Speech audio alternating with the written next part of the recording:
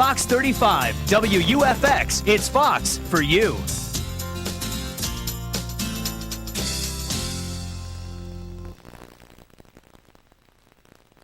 Over the past 10 years, some of the greatest moments in all of sports happened right here on Fox. This is what it's all about. The greatest moment of your life, you'll never forget it. They could never take it away. This is a presentation of Fox Sports, celebrating 10 years of excellence. The day after New Year's at the Cotton Bowl, Mississippi, Oklahoma State. Eli Manning is the man for Ole Miss. All-American. Rashawn Woods leads the Cowboys. All-American. Behind them, a terrific supporting cast by air or by ground. It's pure offensive firepower. The SBC Cotton Bowl Classic is next.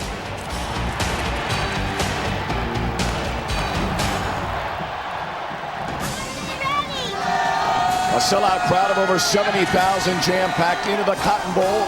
Two schools whose programs are on the rise collide for the first time. We welcome you to Dallas for the 68th annual SBC Cotton Bowl, where 21st ranked Oklahoma State takes on number 16, the Ole Miss Rebels. And a happy new year to you and yours. Alongside Bill Moss and Tim Green, I'm Tom Brenneman. So glad to have you with us, and what a thrilling game we could have in store for you today. The Ole Miss Rebels, Tim, have not been to the Cotton Bowl since 1962, and a big reason they're here this season, the play of their All-American quarterback, Eli Manning. But believe it or not, Tommy, this offense has got more than Eli Manning. They've got a great run game against a very powerful offensive line. It gives them balance, and then the focus goes on Eli Manning. He is a phenomenal player. He's got the strong arm, the quick release, all the physical skills, but the thing that makes him most special is what's inside his helmet. He knows this offense so well. Heck, it's the same offense his brother Peyton ran at Tennessee. He's been studying it for 9 years. He makes brilliant adjustments. Now, as far as their defense goes, it's a no-name defense, but keep your eye on this name right here, Jesse Mitchell, senior defensive lineman. He is the heart and soul of Ole Miss's D. Well, that Ole Miss defense faces a tall order here today, Bill Moss, and facing this Oklahoma State Cowboy team, one of the best offensive teams in all of college football. Gentlemen, in the words of Jimmy Johnson, how about them Cowboys? Oklahoma State fans are certainly excited about what they've done and what they've accomplished in the last 3 years under Les Miles. This offense is explosive. Rashawn Woods, how about him, the All-American wide receiver? This guy can put up some big numbers. He's big, he's powerful, he finds a way to get open. But the way this offense works, it starts on the ground. It starts with Tatum Bell. He starts pounding the line of scrimmage. He has 7 touchdowns. He also has over 1,200 yards rushing. The guy who orchestrates it all is the quarterback, Josh Fields. And if you think back in Cowboy history about a three-headed monster, it certainly takes you to 1988 when you had Hartley Dykes, Barry Sanders, and the quarterback, who is now the offensive coordinator, Mike Gundy. Some would say that was the heyday of Oklahoma State football. Les Miles bringing the Cowboys back to national prominence. The kickoff in the SBC Cotton Bowl is coming up next.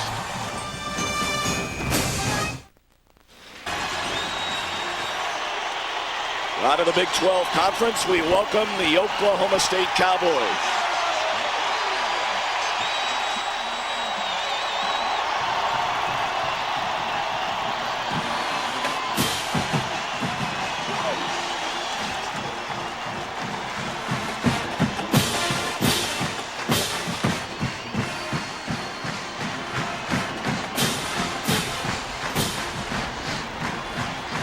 Turn back the clock, September the 20th. Rashawn Woods had a record 7 touchdown receptions. 2 weeks later, Oklahoma State faced Kansas State and had their biggest win of the season. The following week, Tatum Bell broke for a 95-yard touchdown run against Texas Tech, all part of an in-season 7-game win streak for the Oklahoma State Cowboys. And now set to take the field, playing in the Cotton Bowl for the first time in 41 years out of the Southeastern Conference, the Ole Miss Rebels.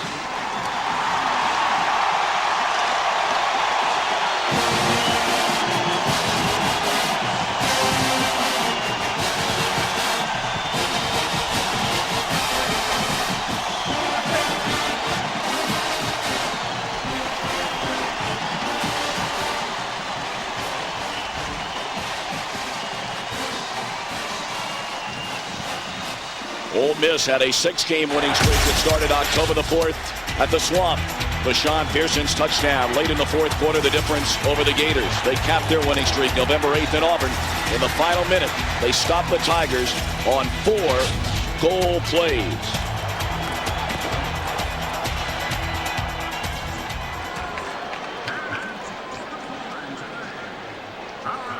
Let's send it downstairs to our public address announcer, Bill Melton.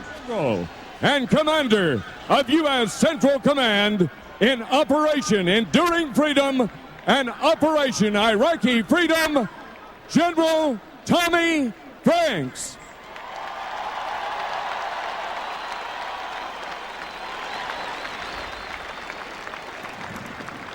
Gentlemen, it's good to be here today. General Franks. Here with you. Thank you very much. Captains, the coin has each team's logo on each side. When the general flips it, the side that comes up, that's won the toss.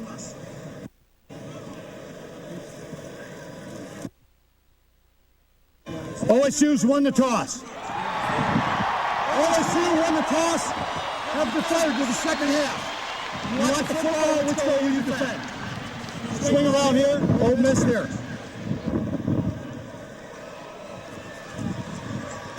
Gentlemen, let's have a great ball game. While we have a moment, we'd like to welcome in our 4th member of the broadcast team of the Cotton Bowl again this season. Say hello to Brian Baldinger, the former Dallas Cowboy. Thanks, Tom. I'm down here with the head coach of the Ole Miss Rebels, David Cutcliffe. And David, this is your 5th bowl game since you've been here as the head coach. But how important is it for this Cotton Bowl? This is a chance for 10 wins here for the first time in a long time with the Rebels. Well, it's the first time in 32 years, so it's obviously big to all of us. Great job of getting here, and now we got to finish the job. Coach, you had Peyton Manning for 4 years at Tennessee, 5 years, all 5 years with Eli Manning. How important has Eli been to this program and to you as a coach? Well, Eli's a great person, first of all. It's been a pleasure to coach him. He displays work ethic like nobody else. It's been fun. We'll hopefully finish it off strong today with him. All right, good luck today, Coach. Take care. Tom, back up to you. Brian, thank you very much. Great to have Brian Baldinger with us again this season. What a turnout, what a crowd, and what a day. 70 degrees.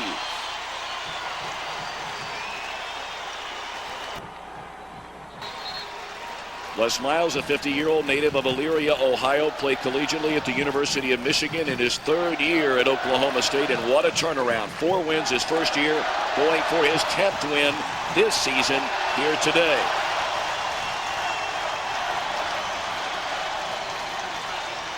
Tom, Oklahoma State won the coin toss and deferred to the second half. Quite a bold move, you know, and an excitement amongst the team. They come here and they know this game is going to be about field position. And I think they want to get their defense out there and set the tone early. I think it makes a statement, Bill, that says, bring Eli Manning on. Cole Farden set to kick it off, and back deep for Ole Miss. Chris Collins and Brian Brown. Pretty gutsy, if you ask me, when you have the 77th ranked defense in the NCAA to send them out there. And the 68th SBC Cotton Bowl underway. And that one booted a mile. So right out of the gate, we'll get a look at the 5th-year senior quarterback, Eli Manning. He holds 45 Ole Miss records. 27 of those used to belong to his daddy, Archie Manning, a former Ole Miss quarterback great.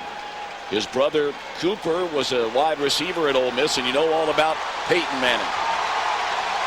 And as many impressive physical attributes as this guy has, wouldn't you guys say the most impressive thing about him is his personality, his humility, his focus, and his composure? Well, let's just say it runs in the family.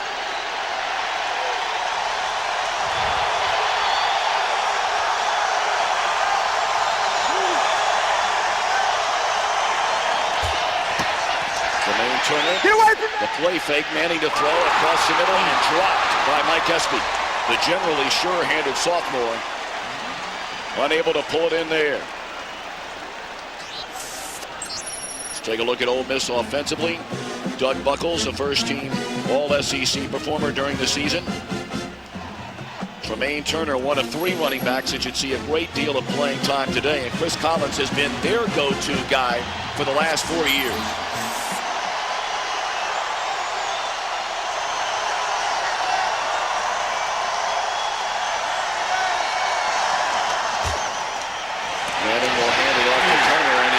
sack at the line of scrimmage.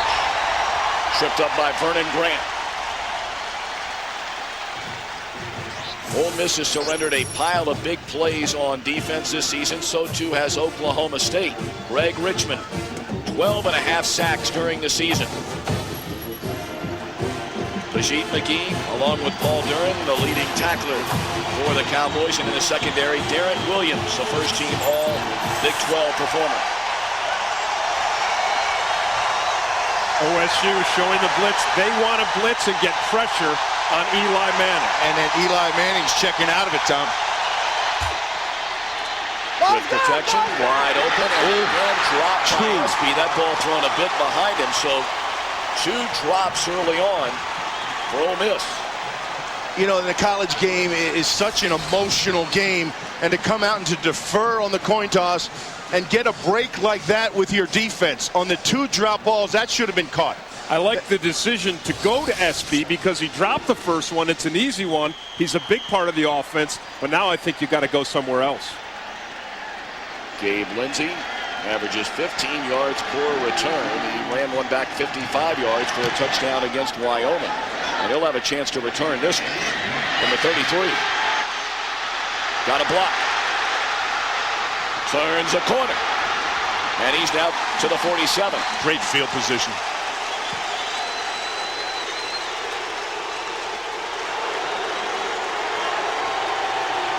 Yard return by Lindsey, and let's meet the Oklahoma State offense led by the junior quarterback, a native of Stillwater, Oklahoma, Josh Fields, in what could be his final game as quarterback of the Cowboys. A very highly rated, highly thought of baseball prospect, and is eligible for the June amateur draft in 2004. Big time third baseman for the Oklahoma State Cowboys baseball team.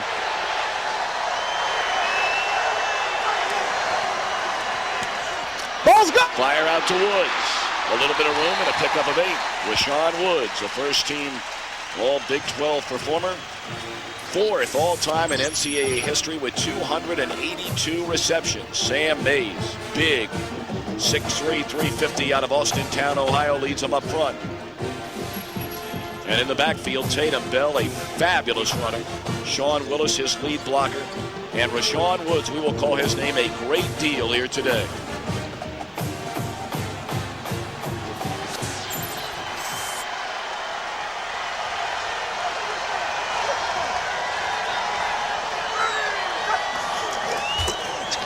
This is Tatum Bell, and he has picked up the first down.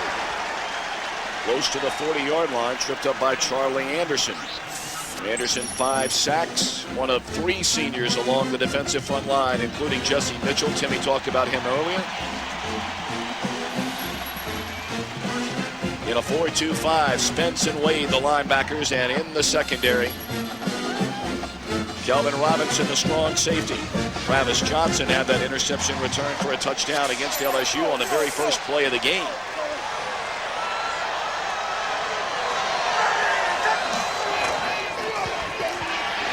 Fields dropped at the 44. Josh Cooper, who had 3.5 sacks during the season, an early one here in the Cotton Bowl.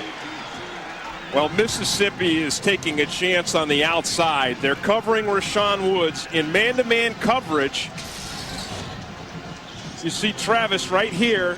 He's got that man-to-man coverage, but Josh Fields doesn't have the time to find him. Because they brought an extra guy, and that's what happens when you bring an extra guy out of the secondary.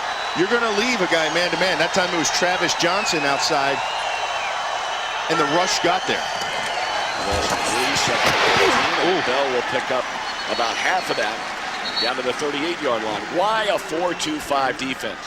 Well, you know, the reason is because in college, you really don't have the time to develop all the run game. And with these two offenses in particular, all the guys up front just keep rotating. The offensive linemen all through the year have rotated. And this guy, Travis Blanchard, 13, he's what they call the whip safety. He's really the key to that 4-2-5. He's the 5. He's the 5th defensive back who they asked to blitz and play like a linebacker. Here he is right there. 3rd and 7. Open it up! Fields in trouble and down again. Anderson, Mitchell, and company. That Ole Miss blitz is certainly working. And that's the problems when you have the change of lines. When you don't have the continuity in your offensive lines, disguises and different kinds of blitz formations cause confusion. So the college game, Tom, has become more of a passing type game. And that's why you get a guy out there, the whip safety, and he's a kind of a guy that is a weak side linebacker / extra safety. SB will let it drop, and it's into the end zone. They'll bring it out to the 20. A good, solid defensive stop early on by Ole Miss. Oklahoma State had great field position. No score from Dallas. We'll be back.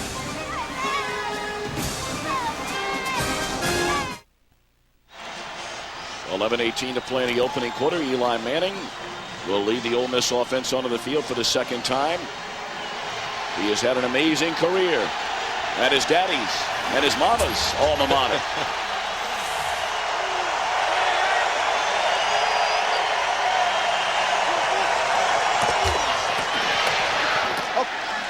Coming out to about the 24-yard line, Tremaine Turner. Some of the accomplishments for Eli Manning, the list goes on and on. Second-team All-American, the SEC's Offensive Player of the Year, the Johnny Unitas Golden Arm Award, the Maxwell Award, finished third in the Heisman balloting. 45 school records, and a lot of them were records that his dad had held. And when we asked him about breaking his dad's records, he said, well, I didn't think my dad's records were all that impressive.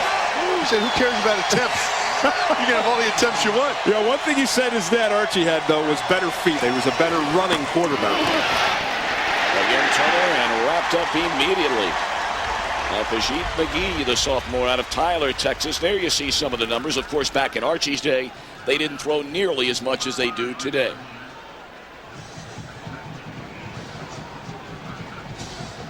Another big difference, of course, back when Archie Manning came into college football, freshmen were ineligible to play across the board in any sport. Hence the 68 to 70 right under his name. 3rd and 4.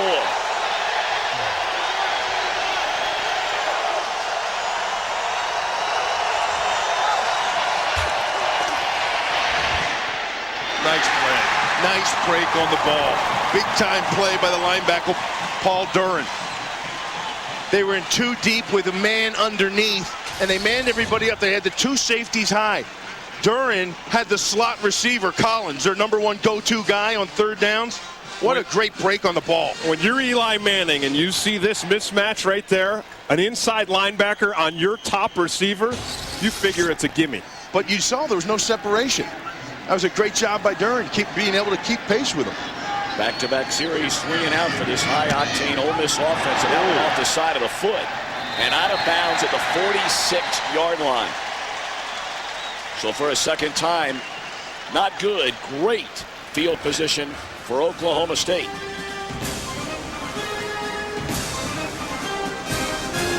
Seven Central Fox Saturday. The Cowboys' only appearance came in 1945 here in the Cotton Bowl. OSU, then known as Oklahoma A&M, took on TCU. Cowboys led by quarterback Bob Fenimore, who scored 2 rushing touchdowns. Freshman running back Jim Spavital rushed for 120 yards in a 34-0 Oklahoma A&M victory. Fields to throw, first down, and was it caught? Waiting on a ruling, no. He had an eye on Rashawn Woods.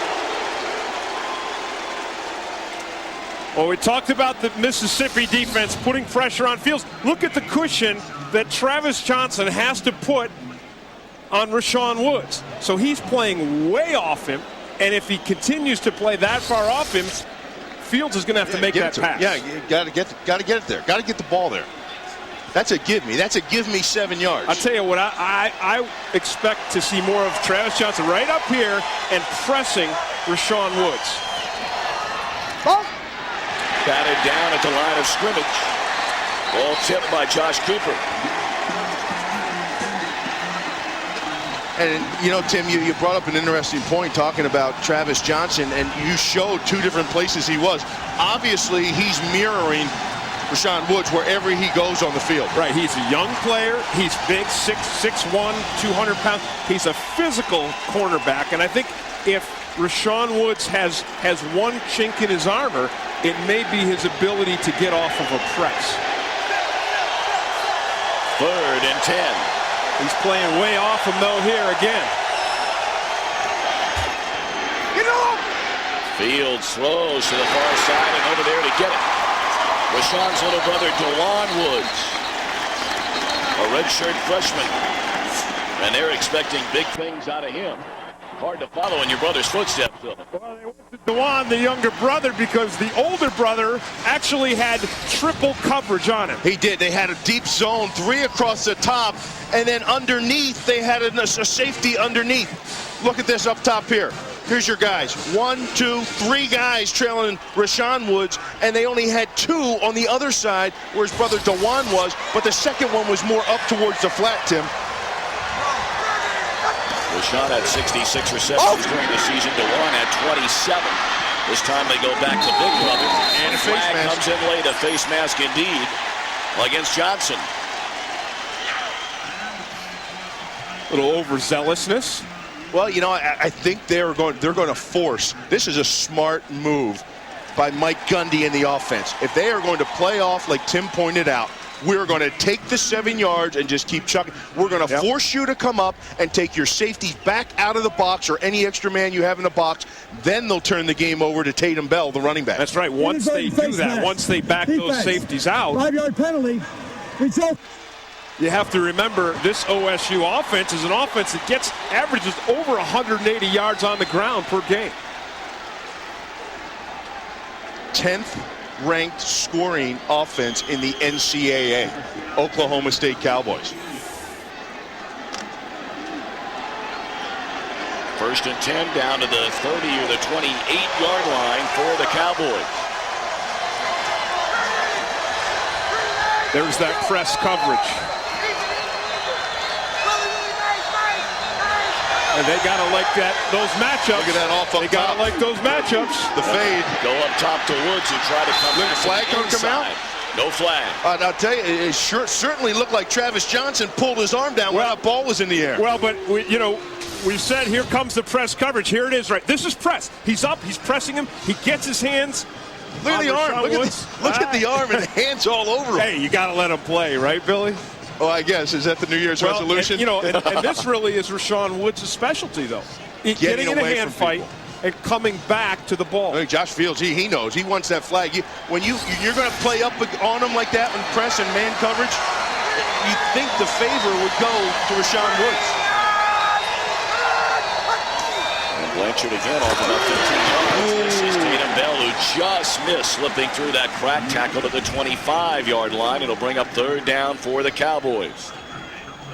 And that's Kelvin Robinson, the strong safety. You know, we talked about Blanchard, who's the whip safety, and the other element to that is the strong safety right there.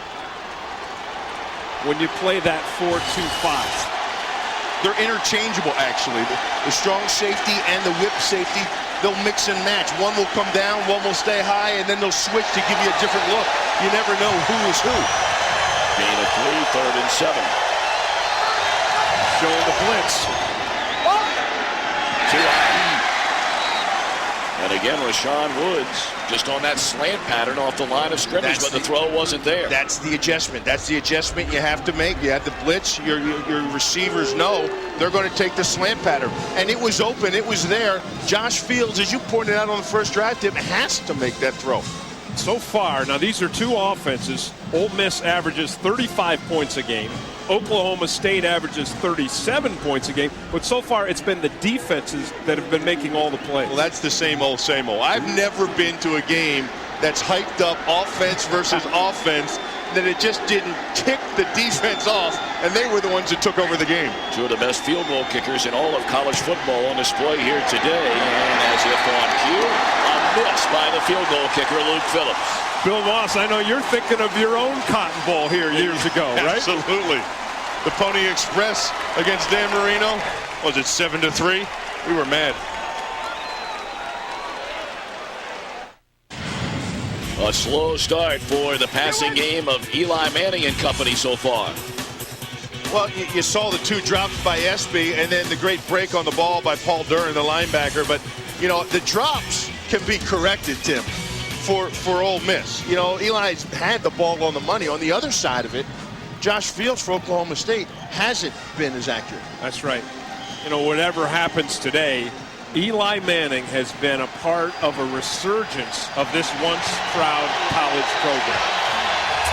David Cutcliffe in his 5th year at Ole Miss looking for his 40th win.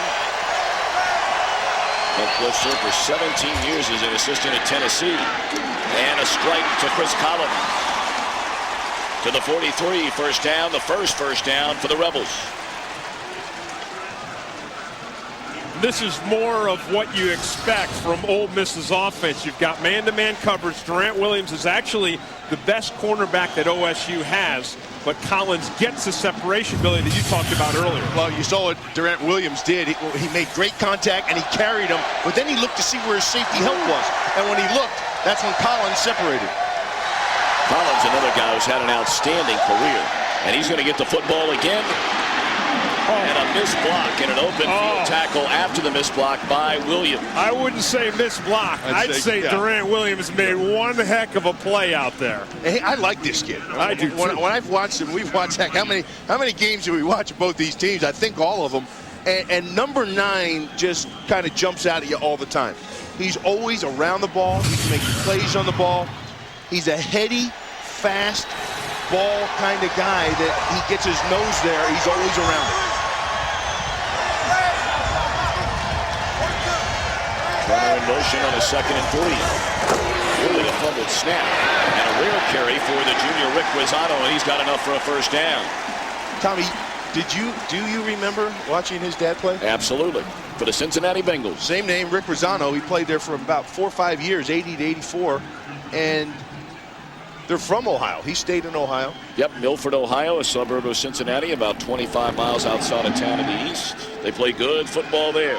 High school, especially. Pennsylvania's not too bad either, Tom. Not bad at all. I knew it was coming. About New York. Good hot dogs. Down on the island. Of course, everybody at home is screaming about what about the football in Texas and Oklahoma. First down and maybe a gain of 2 for Tremaine Turner. Well, let's not stop there. Let's not stop there with Oklahoma football and Texas football. Let's go to Mississippi as well. Absolutely. You think about the names that have come out of the state of Mississippi that have gone on to become legendary NFL players. More NFL players per capita out of Mississippi than any other state in the nation. There's only 2 million people in Mississippi. Well, that's why it's per capita. Well, that's what I'm saying, but you get a heck of a lot of them. You can make stats win any way you want. That's still pretty good. Yeah. It tells you there's good football down there.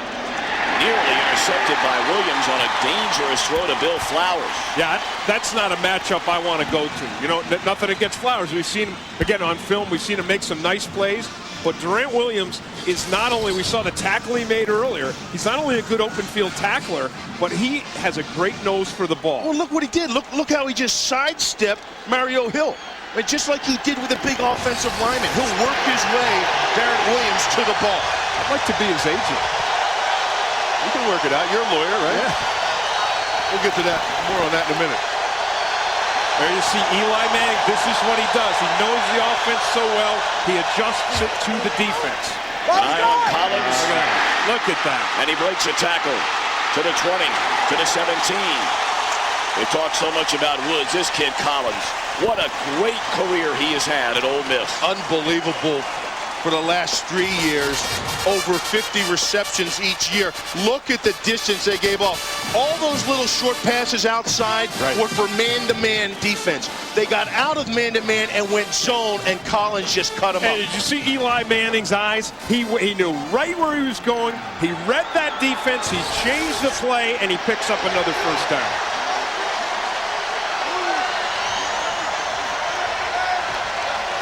Ole Miss on the move, a fake to Turner, and Turner's wide open. Touchdown.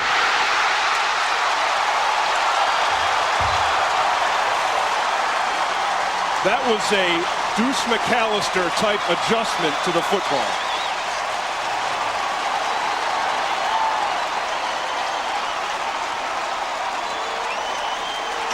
Touchdown pass of the season by Eli Manning. To a Tremaine Turner, just his second touchdown reception. Outstanding drive put together by Ole Miss.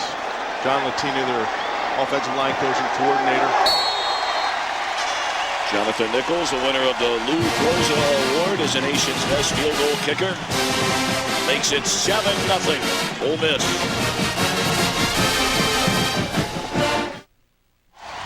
The SBC Cotton Bowl Classic on Fox is brought to you by SBC, going beyond the call.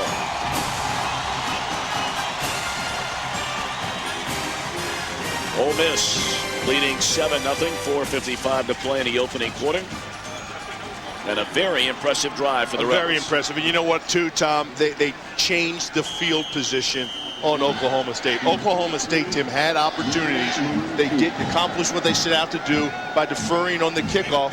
They held them down there. They got the ball back twice and couldn't find a way to get points. And then Ole Miss stayed with the passing game. Eli Manning, who was 0 for 3 on his first 3 passes, went 5 for 5 on that drive. He found Collins 3 times. And then Turner made a great adjustment to pull down the touchdown pass. Robert Jones brings it out to the 30-yard line. So again, pretty good field position for OSU. Well, you talk about Ole Miss football, how can you not talk about the great Archie Manning? Finished his career as school records for total offense, overall touchdowns. Named Ole Miss's team of the century in '92. And he's here today and joins Brian Baldinger. Baldy. Thanks, Tom. I'm joined by the famous son here in Mississippi, Archie Manning. And Archie, it's got to be an emotional day for you. I mean, you've been sitting with the Rebel fans for 5 years watching your son. What's it feel like for you today? Well, it's the end of a lot of fun, Brian. And Olivia and I have been blessed with almost 10 years of this after following Peyton in Tennessee. We love college football, and we're just so blessed to have children that have played now for 2 of them at 2 different places. So I can't be sad about it because our cups run over with getting to follow our kids. Well, you talk about the resurgence of Mississippi football. Certainly, your son has had a lot to do with that. You watch Eli on that last drive, Archie. How much has the game changed? Could you go out there and play in today's game with all the different changes on defense and all the different things that he has to do with the line of scrimmage now? No, it's a cerebral game for quarterbacks now, and the pro game is so complicated, and I think a lot of the college coaches feed off of that and mix all these defenses. It's become so much specialized, and all these college quarterbacks out here, they got to think. I just ran around and threw it to somebody. It was a lot easier back then. Well, how about if you go back and enjoy the rest of the game, Archie? Thanks for joining us. Okay, you bet. Tom, back up to you. Thank you very much, Brian. Thank you, Archie. A rare carry for Sean Willis. He only got 28 touches the entire year. He gets a first down crossing midfield, and a late flag comes in. Speaking of running around, that's what OSU is starting to do. That run game is now working. First Vernon Morency, and now Willis, the fullback. 2 big runs in a row. Speaking about how cerebral the NFL game has become. Dead ball, personal foul, offense. The play resulted in the first down following the 15-yard penalty. 1st and 10. That's why Tim, myself, and Brian are where we're at. Right here. Why, because of penalties? Personal fouls? The cerebral part of the game that Archie was talking about. Passed us by a little bit. Well, Les Miles just shaking his head after that personal foul was called after back-to-back big runs by Morency and Willis.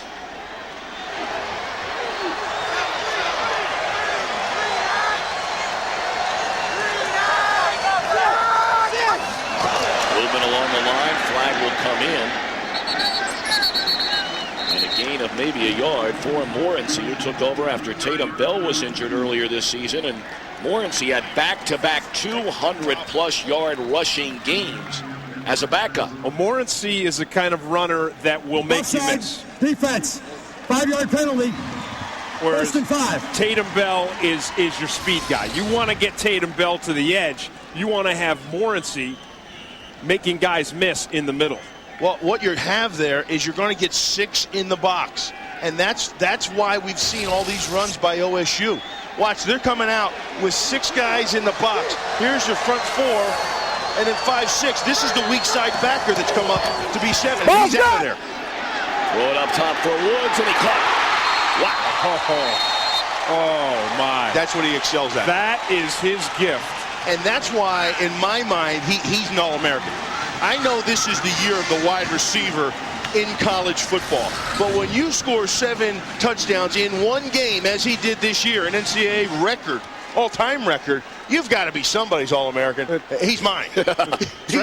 Travis Johnson, he can't believe what he saw. He had excellent coverage, but Woods just seems to make those catches. He seems to pull them down out of the sky. And it's not as if, Tim, he goes up and after him. No. He's like a Randy Moss. He doesn't go up to the high point of the throw and out jump people to get him. He just has a knack for getting a little bit of separation right at the end, almost a push-off, and then just harvesting the ball in with his arms and body. I think he uses his body well to create that separation. Well, consider there have only been 8 receivers in the history of NCAA football to surpass 4,000 yards in receiving. Woods is one of them. And the 4th most receptions in the history of NCAA football. This is a 7-touchdown game against SMU. 7. Count them. Can you imagine? 7 touchdowns. That's almost unheard of at any level. You ever go see like a Pop Warner game and you see one guy, they got one fast little guy on the team, they hand him the ball all the time, he'll run up and down the field. He'd have a hard time getting 7 touchdowns. In that game against SMU, the 7 scores, he had 13 receptions for 232 yards overall. And we've talked about what a great career it's been for Chris Collins. He had 7 touchdown receptions the entire year.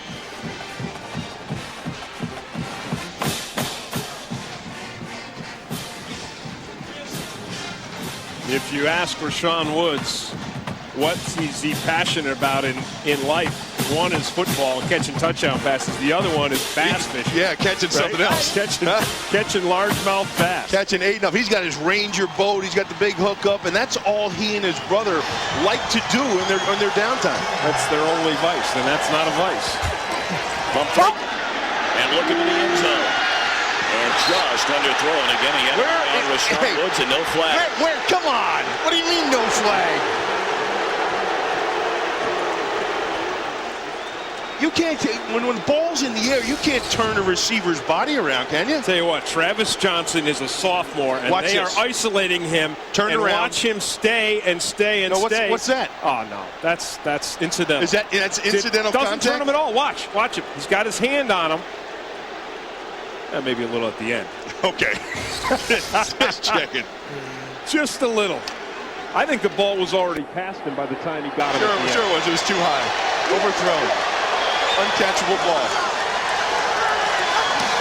Second and 10. Again, Fields to throw, and again looking for Woods. And Johnson gets his hands around that one. It's 14-0 Ole Miss. Johnson's making a name for himself here quick, isn't he? Well, he is doing a great job with his man-to-man coverage. This time, he's got some help over the top. The safety, I think it was Charles Clark was the safety. He had help over the top, so he didn't have to worry about the deep route. So he made that break on the ball. And he read the route. That's the one thing that when defensive backs, when you study film of receivers, you study where they align off the ball, how far outside the hash marks, what they do. Then you study the routes they run from it. He had that one down. Fields, the badge of a tight end. He took a lick down to the 25-yard line. It'll bring up a decision for Les Miles very early on. They missed the field goal try a moment ago. Do they go for it? 4th and probably 2.5. How about Badger? Free med. That's his 12th catch of the year. They don't use him as a receiver. They use him as a blocker. He's part of the reason that Tatum Bell has all the yards he has and all the touchdowns he has. That guy's an integral part of the blocking schemes of Oklahoma State. Phillips missed his first field goal try today. It was his 2nd miss of the year. His first miss since the first game of the year against Nebraska.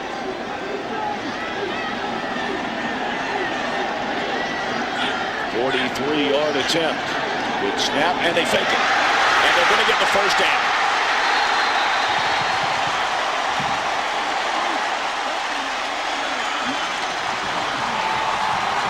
That's something they worked on all week in practice. It's also something that they've tried throughout the year. Well, we've seen them on film pitch this ball to the kicker, but this time Ryland takes it himself. So the holder takes the snap, and instead of pitching it back to the kicker and going the outside, he runs it up the pipe.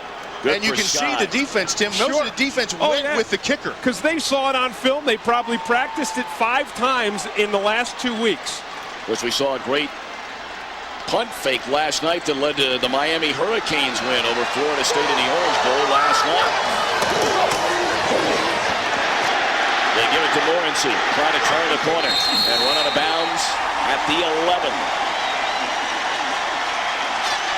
I know you get tired of seeing this and hearing it, but I love a receiver who is a team player. That's right. And you don't get all the rushing yards unless you get your top receiver down there blocking the heck. He can hold a little bit. That's okay. For all the holding he got on his pass routes, that's right. He's entitled to it. Rashawn Woods came down and sealed that corner. He hit Travis Blanchard and sealed that corner for Tatum Bell. Well, that's the one thing that you do have to do to play in the National Football League as a receiver. It's not all about catching. And Woods just showed that he's all for it right there. Did you tell anybody up in Minnesota that? Morency again. Hey, I'll tell you what. Woods got another block. Morency inside the 5, a yard shy of the first down.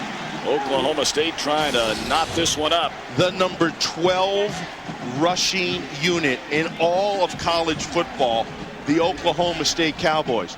And you don't become that just by having a good running back, or maybe 2.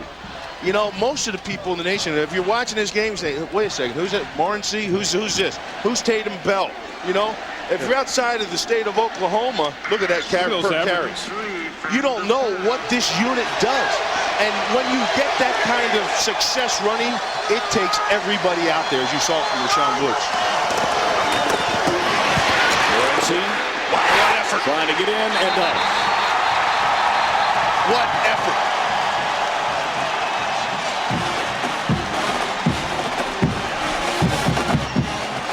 Now we got a shootout brewing. Set up thanks in large part to the fake field goal by the Cowboys. You know, gutsy call too. You know what I mean? It really is. It was a smart call though, Billy, because instead of running the fake that they've run this season, they ran the counter to that fake. He's still gutsy. Not many head coaches. Can't you be smart and gutsy? Yeah. Okay. 7-7 game. You just want to argue with me, don't you? You made a career out of it. Oh, thank you. Morency getting all the carries on this Oklahoma State drive, capped off by a 4-yard score. Watch after the first contact, Morency. He gets hit here, and he just fight again, 3 times on his way to the goal line, and nothing was going to stop Morency. You know, the guy he runs to, see Travis Blanchard, 13 right here? He runs through him. Remember we talked earlier, he's the whip safety. So he's the guy that's got to cover receivers, but he also has to make run plays. He only weighs about 185 pounds, and Morency runs right through him. And that's where, if anything, this defense becomes a weakness inside the 10-yard line. Absolutely. Because you don't have a guy that can take on the run down there and yet cover a slot receiver or a back out of the backfield. And both teams run this defense. And this defense is becoming even more prevalent, not only through college football, but in the NFL. When you think about the weak linebacker position in the NFL, it is actually becoming that, a whip safety, a guy that can cover a slot receiver or be stout enough to sit in there and take on the run. Ideally, though, they can not only run, but they got to weigh in at about 225. That one way out of the end zone.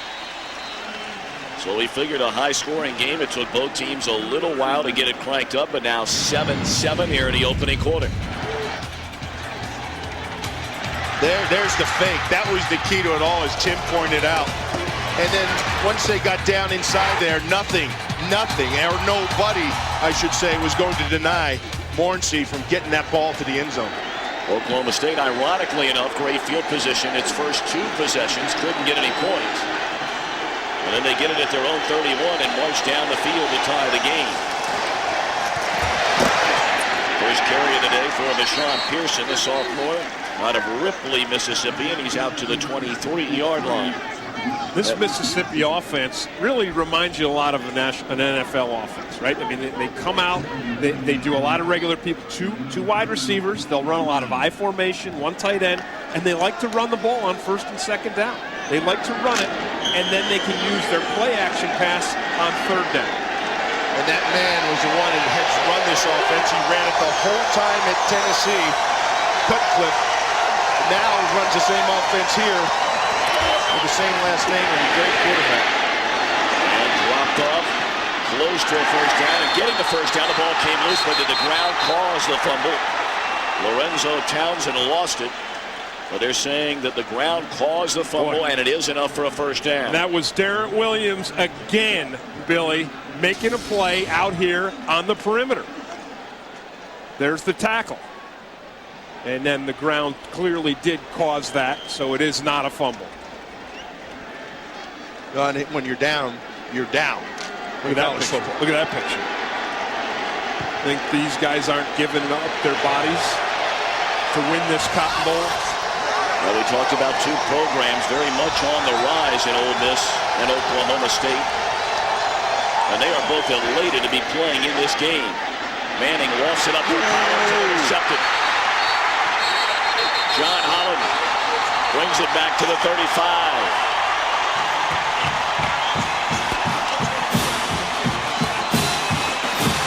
Oklahoma State came with a delayed blitz. Watch what they do. I believe it's the whip safety they bring down. Yeah, and they shift the entire secondary over to Chris Collins to a zone.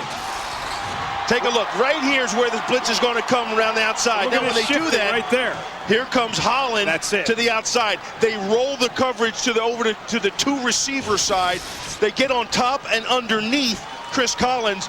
Outstanding defensive scheme and an outstanding defensive play by the Oklahoma State Cowboys.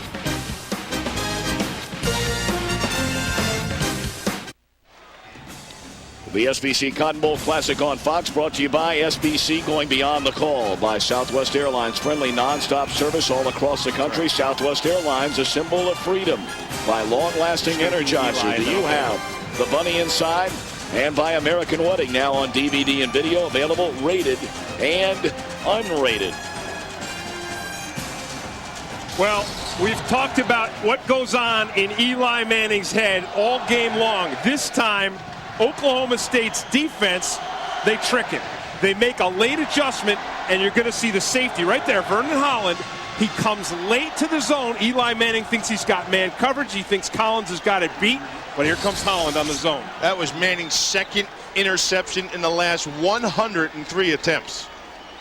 Holland getting his third interception of the season. They pitch it to Tatum Bell, who cracked it in for Morency, and he went head on, colliding with Travis Johnson.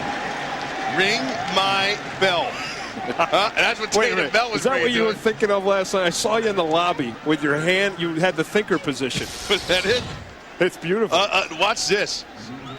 You've seen this play before. Little toss outside, misdirection, get the defense going one way. And Bell is a guy that's his game right there. The thing I like about him, once he turns a corner, he's taking it downhill. He's got great speed, but he'll put his shoulder down too. Bunch group up top. Play fake to Bell, and then they set up a screen, and enough for a first down to Gabe Lindsey. First time we've called his name. First reception today for Lindsey.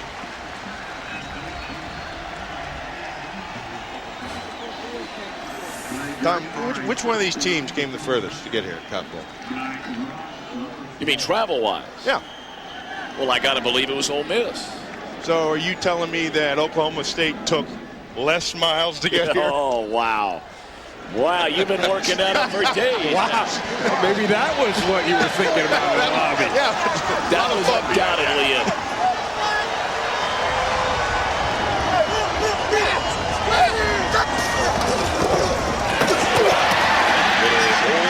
Able to slip through as Tatum Bell. You know, when we talk about Bell, and Billy, you brought up a great point earlier about not many people maybe outside of Oklahoma, and those who follow Big 12 football know much about Bell.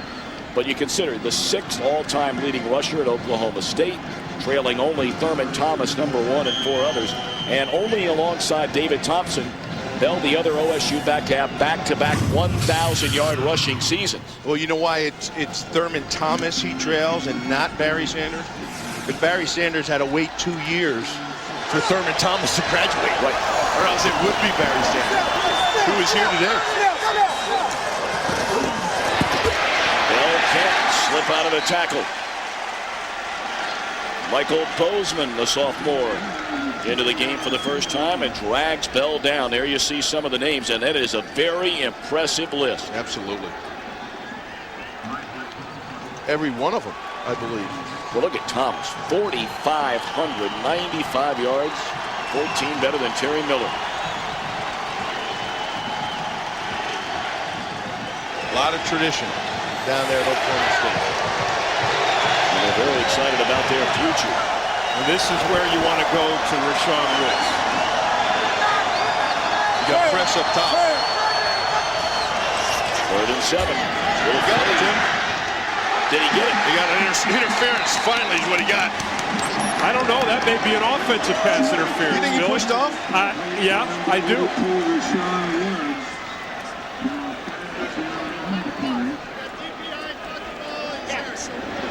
Find it, take it right there. Give me your flag. Bill Lamonier, our referee today. Take the ball. Out of bounds. I was wrong. Pass interference, defense. The penalties decline. The plays results. First down. I'll tell you, either way, this is the guy you want to go to. It's a 3rd down situation. There's contact. I thought he did push off. I thought Woods pushed off. You were better off on your last comment. There he goes, right there. What a great catch. I was wrong. And again, you kind of said that like Fonzie, too. Remember Fonzie said I was wrong? Yeah. I was woo. he just couldn't get it out. I was right about going to Woods. Absolutely. But then I negated it by being wrong. I'll just be quiet. Play fake to Bell. Fields rolling right. And just throws it away. Starting to say a moment ago, of course, in the college game, you only have to get 1 foot in bounds as opposed to 2 at the pro level. And it looked like Woods got the knee down in bounds anyway. Right. You know, and Tim, when you alluded to it, is watching game film of Rashawn Woods. One thing that always comes out is his little push-off he has. He has that Michael Irvin just gets his body into a guy and pushes off just for a little bit of separation right when the ball is about to get there. He does it with an elbow a lot of times. Or like a basketball player would. Exactly. And he uses his body.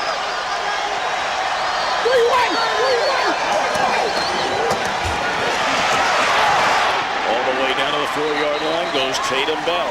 So to bring up 3rd down for the Cowboys, trying to take the lead for the first time today. And Oklahoma State is getting their offensive game together by running the football. They're playing a little game with Ole Miss in the aspect of how many people are you going to have in that box area? And if you're going to defend the pass with Rashawn Woods, then I'm going to pound you inside. Well, defending the run has been a struggle for Mississippi all week. 101 out here. They're all stacked in the middle.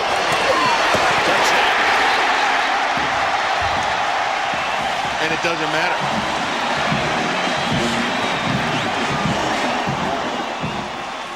Right behind the fullback, Sean Willis, goes Tatum Bell, and it didn't matter how many men they had in the box. Oklahoma State, when they smell that goal line, their guys know how to find it. They won at the line of scrimmage, because as you pointed out, the defenders had the box stacked. They had the men, but they didn't have the muscle. That is his 16th touchdown this season for Tatum Bell. Good enough for a foremost in the mid-12, and the point after is good by Phillips. So after falling behind 7-0, OSU indeed has it rolling. And they've opened a 7-point lead with 11:30 to play in the first half. Coverage of the NFC wildcard playoffs begins Sunday, noon Eastern, 9 Pacific, only on Fox. How do you guys see that one shaping up? He didn't have a good trip when he went up there earlier in the season. Was it 31-3 or? Green Bay put it to him up there at Lambeau. And Brett Favre is just playing on high-octane emotion. Of course, his dad passed away a couple weeks ago. And, heck, talk about Mississippi. You know, Kill, Mississippi is where he's from. His dad was his high school teacher, high school coach. Passed away on the weekend, and Brett played brilliantly on Monday night and last week as well. Last 2 weeks ago, throwing Monday night, throwing that. How about the touchdown pass to an Ole Miss alum in Wesley Walls?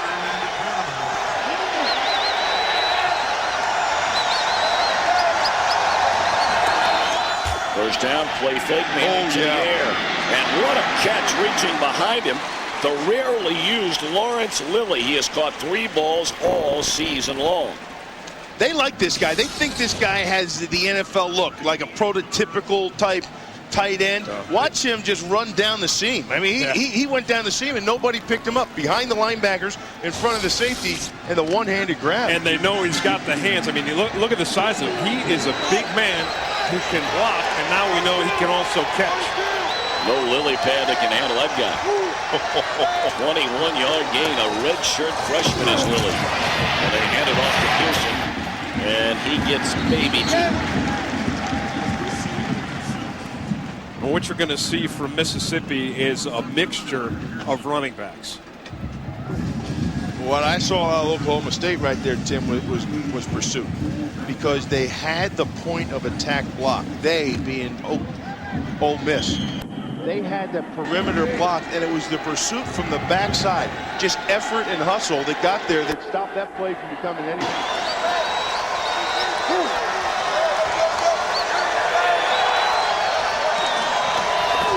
Short drop, and a strike, and what a hit by Williams. Now you're starting to see some of the things I like about that guy. You see them all. He makes play after play. Now there's a little bit of a cushion, but watch him make the break, and he just drops Chris Collins. The break, the stop and break. When he recognized what it was, stopping his back pedal and accelerating forward onto the ball, all in one move. And you're talking about a guy who's playing for the first time since he had to leave the Oklahoma game with an injury. First team All Big 12 performer, Williams. Manning. Wide open to Bill Flowers. First down to the 37-yard line. This is a 3rd down and 1 situation. This is the confidence they have in Eli Manning, right? He looks to the outside. He pump fakes to Edwards. Watch Eli Manning. Watch him right here. He pump fakes. There's the pump, and then he waits, and then he sees his man open on the inside seam, and he delivers the pass just before Greg Richmond gets it. Manning was hit on 9 of 13 for 118 yards, a touchdown and an interception. And they'll give it off again to Deshaun Pearson. And running back by committee that Ole Miss likes to use, Turner, Pearson, and McClendon. Combined, they rushed for better than 1,300 yards during the season, but the passing game is their game. You know, what about the job this man's done right here, Tim? Cutcliffe. He was the offensive coordinator for Peyton Manning at Tennessee for all those years. Won the top assistant award, the Broyles Award, while he was at Tennessee. And he brought that same offense to Ole Miss. Well, he's been to 20 bowl games in his coaching career. He knows how to win. He knows the formula. And he's done it. I mean, he has brought Ole Miss back to national prominence. Brandon Pearson slipped the tackle, and he has a first down to the 25-yard line. I think the most difficult job in sports is to take a program that's struggling, especially in college football, and turn it around, because you've got to recruit.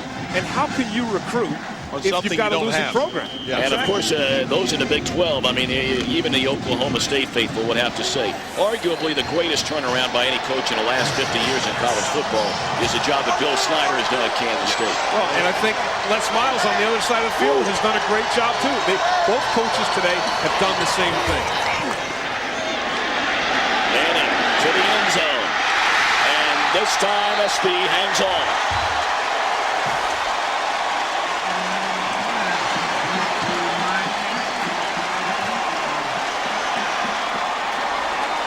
Well, Eli Manning, as we said, this is the offense his brother ran. Cutcliffe ran it at Tennessee for Peyton Manning, and Eli knows it. He's studied it for 9 years. Heck, he has Peyton Manning study his game films, break them down. They talk every Thursday night about defenses and how to attack them, and that was just a brilliant vision and a throw by Eli Manning. Jonathan Nichols, a point after. 96 consecutively he's hit on, and Manning his second touchdown pass of the game. The shootout is on in Dallas.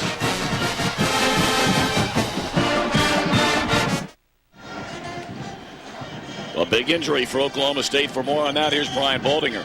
Yeah, Tom, I'm down here right in front of the Oklahoma State defensive bench. I'm looking at Darren Williams. He came off in that last series, and he pulled his left quad muscle.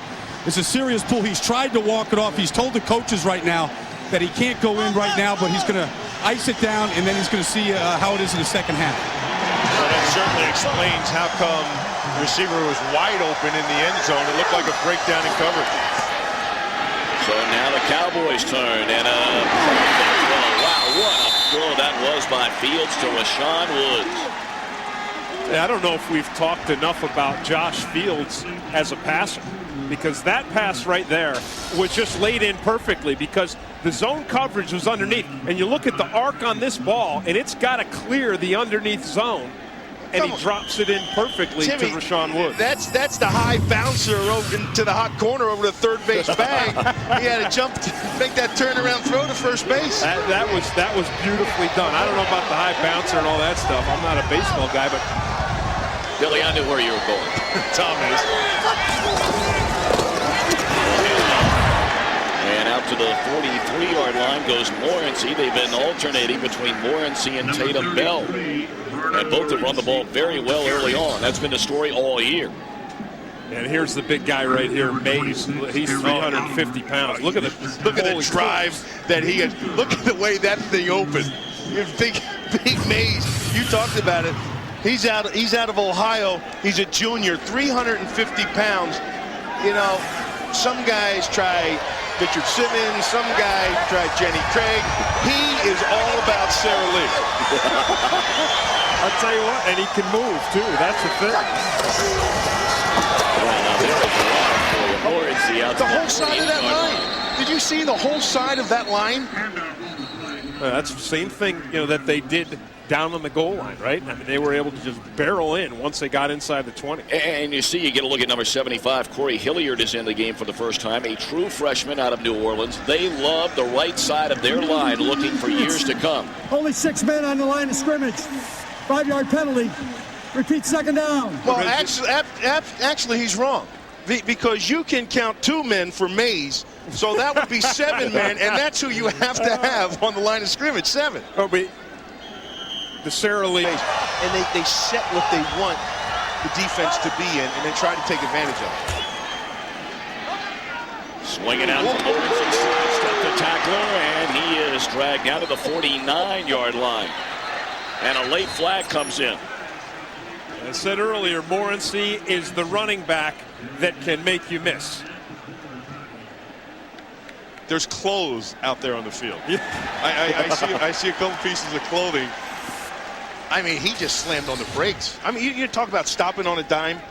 You know, when you're over 200 pounds and he's about 225, look at that. Just be able to stop your body's momentum and not move an inch, and then be able to accelerate upfield. You talk about athletic ability. That is a huge penalty against Ole Miss. It was going to be 3rd and 11 for Oklahoma State. Instead, it's 1st and 10, and they go all the way down to the 36-yard line.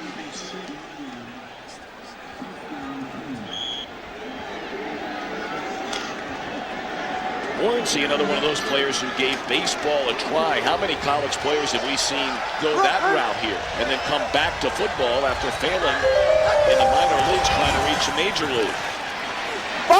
Fields fires and overthrows, looking for the end zone, and had an eye on Tommy Devereaux. He rushed that, and I think he rushed it because Josh Cooper, Mississippi's defensive end, had a good pass rush. And we've talked about the strength of OSU is in the center of the line. Here's Josh Cooper right here, and you're going to see him rush around the outside. And they've got Badgum, the tight end, blocking him, and you see Fields never sets his feet when he throws. You're exactly right, and that was a bootleg, the fake handoff, and who you were talking about, Josh Cooper, he got in the path of that bootleg, and Fields had to hurry it up, step up in the pocket. Fields 10 of 18 for 117 yards. Fake one way, come back to Bell the other way, and Ole Miss read it beautifully.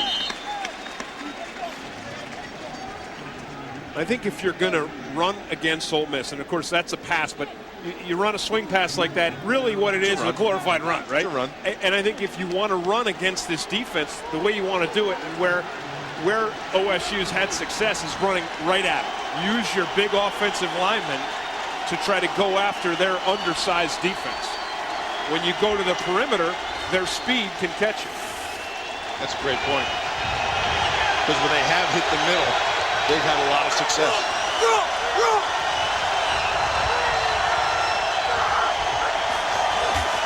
They nailed that. There we go. Right up the middle, and Morency is tripped up down to the 30-yard line, which will bring up a 4th and 4. Did you hear the sound of the defense? The linebacker was calling out, draw, draw, draw. They knew what was coming and still couldn't defend it because of the job the blockers did up front. Did you see, was that Sean Willis that motioned back in? Yeah. That was Sean Willis, 37, that motioned back into the formation and laid a devastating block on the linebacker to spring that thing open. And how about Les Miles? He had a fake field goal earlier. He's going 4th and 4 here. Oh, look at the rush. We're going to bring it. They bring it. And down he goes. There he is. Cooper again. We saw Cooper get the pressure on the outside before. This time he comes inside. And not only does he get the pressure, he gets the sack. He confused that offensive line. They stacked all those guys up on the line of scrimmage and only brought about 3 of them. It was real confusing. There's the sack. Ole Miss ball. Great field position.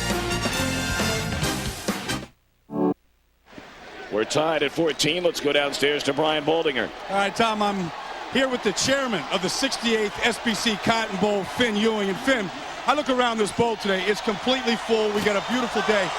This is more than just another college football game. This is a culmination of a lot of work. It's a whole lot of work. You know, most people think we work just one day a year, but we actually have a Hall of Fame, art contest, a Phil Scoville Foundation. We have just a lot of things that we do that all go into this. A lot of activities. Listen, we watched USC beat Michigan last night. On Sunday night, we got the national championship game. We got LSU, Oklahoma. Where do you stand on a playoff game? We are not unhappy.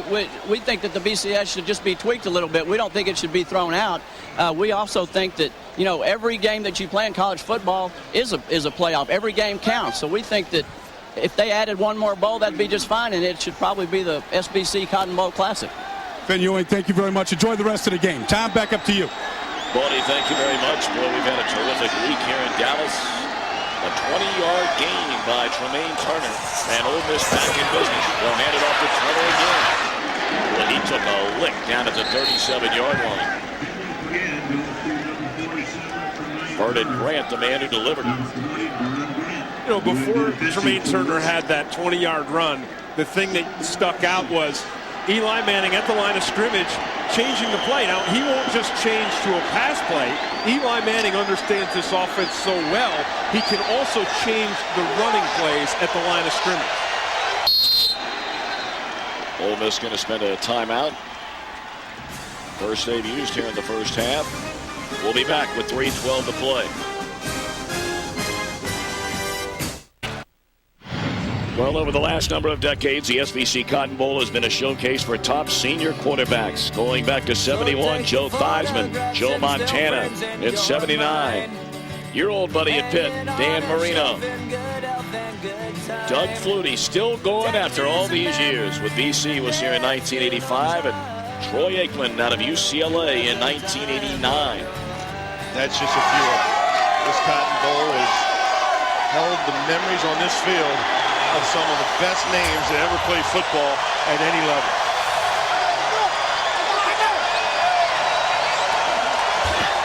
Second down throw for Manning, and he get wide open over the the middle, the big tight end, Lawrence Lilly, his second catch today. We mentioned earlier he only caught 3 passes the entire year. When you look at the size of him and you see the elusiveness and the hands, you got to think that Eli Manning is going to keep looking to him. Darren Williams is back out on the field at his corner spot.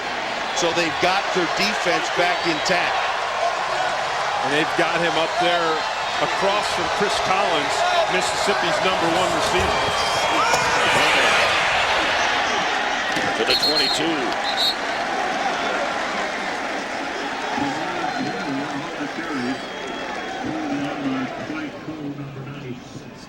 Looked a little slow that time. A little, just, you know how you're tentative, Tim. You know how you've been injured before and you take yourself back in the game. Yeah. And anytime it's anything below the waist, well, you try to get back out there and do something, but you're always just kind of feeling your way through each step. And did you see Collins? I think Chris Collins probably knows it, and they may want to go to it. They may want to try to take advantage of the injury. Turner with a big hole. To the 14, first down, Ole Miss. Boy, what a great call. And, you know, Peyton Manning is really the one responsible. When he senses, I'm sorry, Eli Manning, when he senses that they're going to come with a blitz to one side, he's in control of that offense. He has the ability to check to anything that's going to get them away from the blitz. And that time, it was a run away from the blitzing side. And you could give Peyton part of the credit. Doing all that film breakdown and everything. And traveling all the way up to Tennessee to watch him, and then going to the summer camps with Coach Cutcliffe. Heck yeah. Turner again, and maybe 2 yards. Bring up second down. I had a chance yesterday at practice, or 2 days ago, to talk to Archie Manning about Eli and Peyton. He said, you know, he said, and my older son Cooper, the thing we're most proud of is the relationship that these guys have with each other, and how good they are to each other, and how busy Peyton is with his own career up in Indianapolis. And they talk to each other every Thursday during the season. And how he helps his younger brother, breaking down film and helping him with his offensive game plan. Collins. And his knee touched the ground, and he is down. That is a rule in college football. Any part of your body makes contact with the ground, you are down. Just a little screen pass outside, and he had to go down on his knees to catch the ball, and that's where it's going to stay. Well,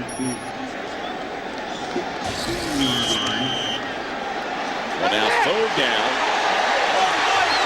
and 11 at the Oklahoma State 15. See the check. You see the linebacker move up in here. Now Peyton Manning, and now I'm sorry, Eli Manning. He calls it out. Short drop. Intended for Collins and defended beautifully by Robert Jones. There was a slant. You know, and that's what you go to a lot of times when you have that blitzing linebacker in the middle. The slant play or the post play in this case, well, you take your shot. When you see a cornerback play this slant route like this after they show the blitz, you got to credit Bill Clay, the defensive coordinator for Oklahoma State. Because they understand what the offense is going to adjust to. You know that his players have seen it in practice, and they're seeing it now, and they're defending it. This guy's not too bad, huh? Not bad at all. Mentioned earlier, the Lou Groza Award winner for the nation's top field goal kicker, and Nichols is good on this try. On 25 of 29 on the year, that one from 33 yards, and Ole Miss has recaptured the lead by 3. Oklahoma State 14.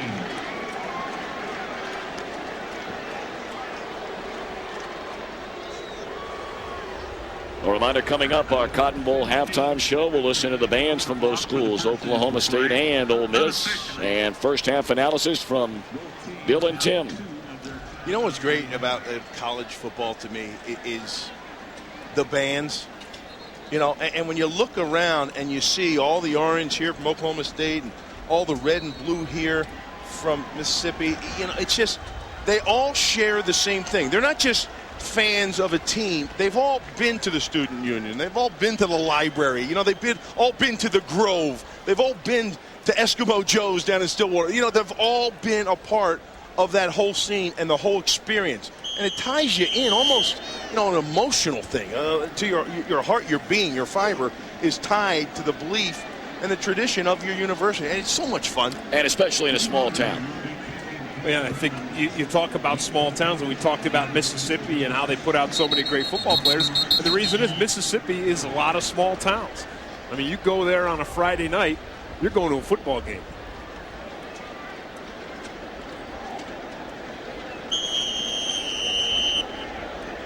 Lee Rogers will kick it off.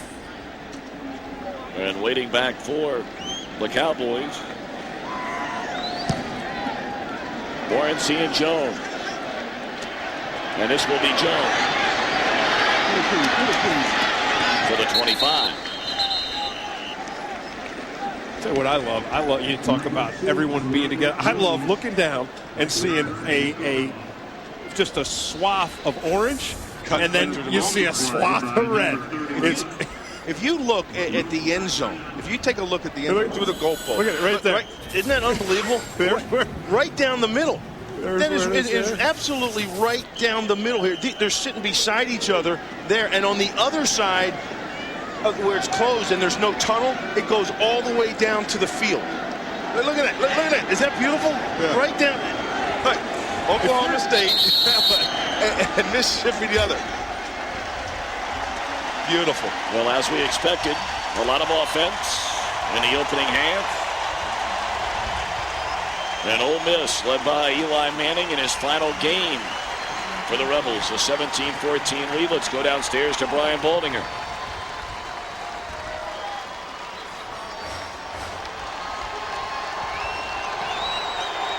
Not yet. Waiting momentarily for Brian to talk with David Cutcliffe, and now the coaches come over. Brian, down to you. Hey, Tom, thanks. Coach Cutcliffe, it's a heck of a first half of football. What do you got to do here in the second half to secure this win and pull out this Cotton Bowl win? Well, we got to defend Rashawn Woods. We can't let him make big plays on us. We've got to try to consistently, when we run the football consistently, we're going to make plays ourselves. All right, Coach. Good luck to you the second half. You bet. Tom, back up to you. So David Cutcliffe's team trying to get a 10-win season. It has already been a breakout year for Ole Miss. Oklahoma State will have something to say about that back after a break from your local station.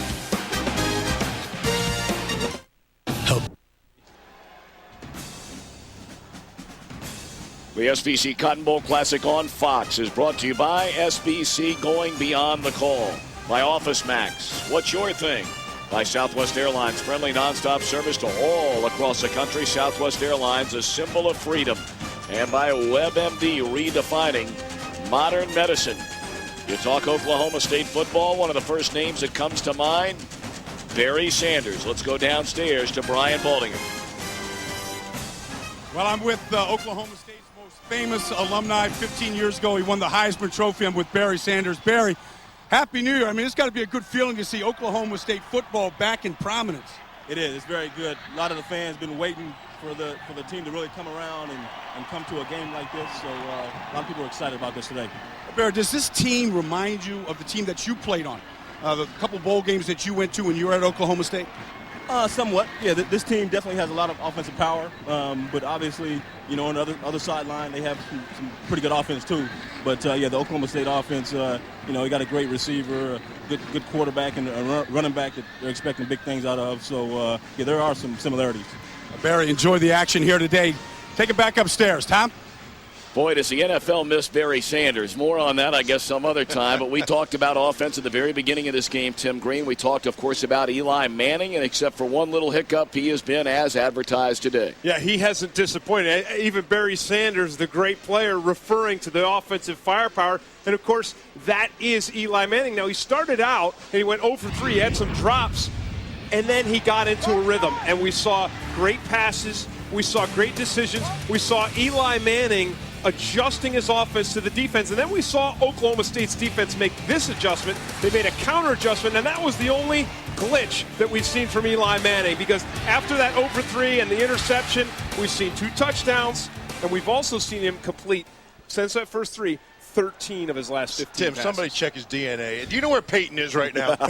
His mannerisms, everything he does looks just like Peyton. That's a good point. Yeah, he's got the dark hair, though, too. He'd have to do the DNA and the hair dye.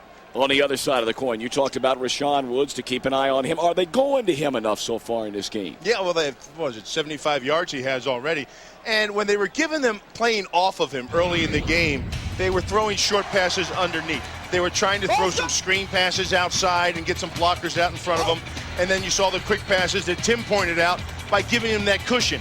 Then when they went man-to-man, he made plays. You saw that on the near sideline, and, of course, the other one on the other sideline. And as Coach Cutcliffe referred to going in at halftime, what was the one thing he said? If we're going to win this game, we've got to stop them throwing the ball to Rashawn Woods. And earlier I saw Travis Johnson, who's had the duty to cover Rashawn Woods most of the day, get a talking to by Coach Cutcliffe. And David Cutcliffe really is an offensive guy. He's focused a lot on the offense.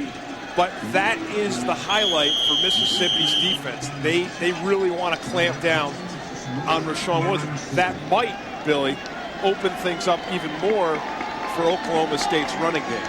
Well, they've been playing off each other hand in hand. It all depends on what Mississippi chooses to play at the line of scrimmage. They go the other way. Oklahoma State will get it to begin the second half, and they'll get it at the 20-yard line. A moment ago, Brian Baldinger caught up with Oklahoma State head coach Les Miles. All right, thanks, Tom. I'm with the head coach, Les Miles, here. And Les, heck of a football game in the first half. What do you got to do here in the second half? Well, we have to control the football on the ground, set up some play-action passing.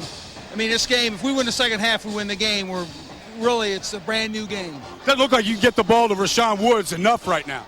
Well, we're trying. I can tell you that. That's certainly a desire of ours. All right, Coach. Good luck to you in the second half. You bet. Brian, thank you very much. We mentioned a moment ago, hearing from Barry Sanders, it's the first time that Oklahoma State is making back-to-back bowl appearances since 87-88. It's only the fourth time that has happened in Cowboys football history. And a handoff to Sean Willis on a first down carry, out close to the 25, a gain of 3.5. What you talking about? Willis? I like the guy. You know, and anytime you see Morency or Tatum Bell get anything, any kind of yards whatsoever, look for 37 leading the way. He's really the unsung hero of the rushing game. He's physical, and I like his smarts too. A biochem major, playing fullback. I took a class like that one time. I took a class in college that was so hard I couldn't find it. That's how hard that class was. I know that feeling. Swung out to the left side, and enough for a first down and then some to Rashawn's younger brother, Dewan Woods, a redshirt freshman. Some of the numbers in the first half. Well, yeah, the passing yards have got to jump out. It's just what they are. You look at the Rebels over here, and you look at the Cowboys over here, and it almost just jumps out and tells you this is what we are, this is what we came here to this Cotton Bowl with, and this is what we're going to try to win with. Oh, we're seeing two pretty balanced offenses, right? Playing pretty well, and then you see the sacks by Mississippi's defense, and that kind of jumps out at you too. They pitch it to Tatum Bell. And he's up to the 40-yard line.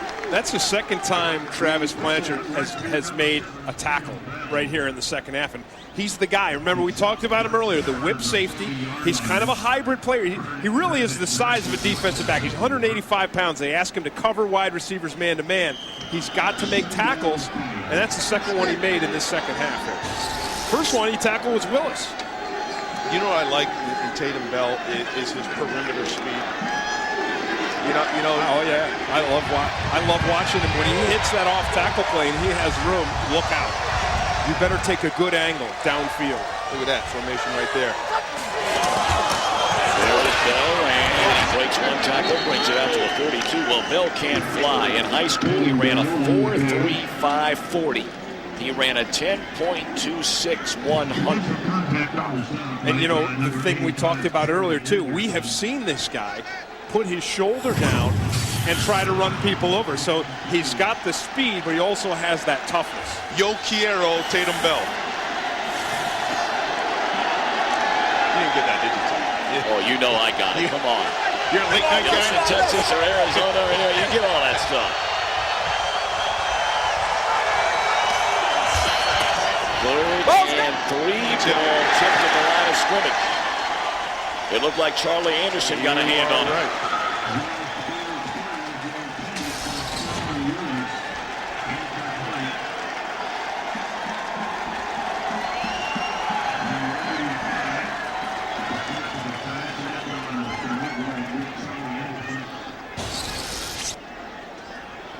Well, Brian Baldinger just said they need to get it more to Rashawn Woods. We didn't see them get it to Rashawn Woods on that drive.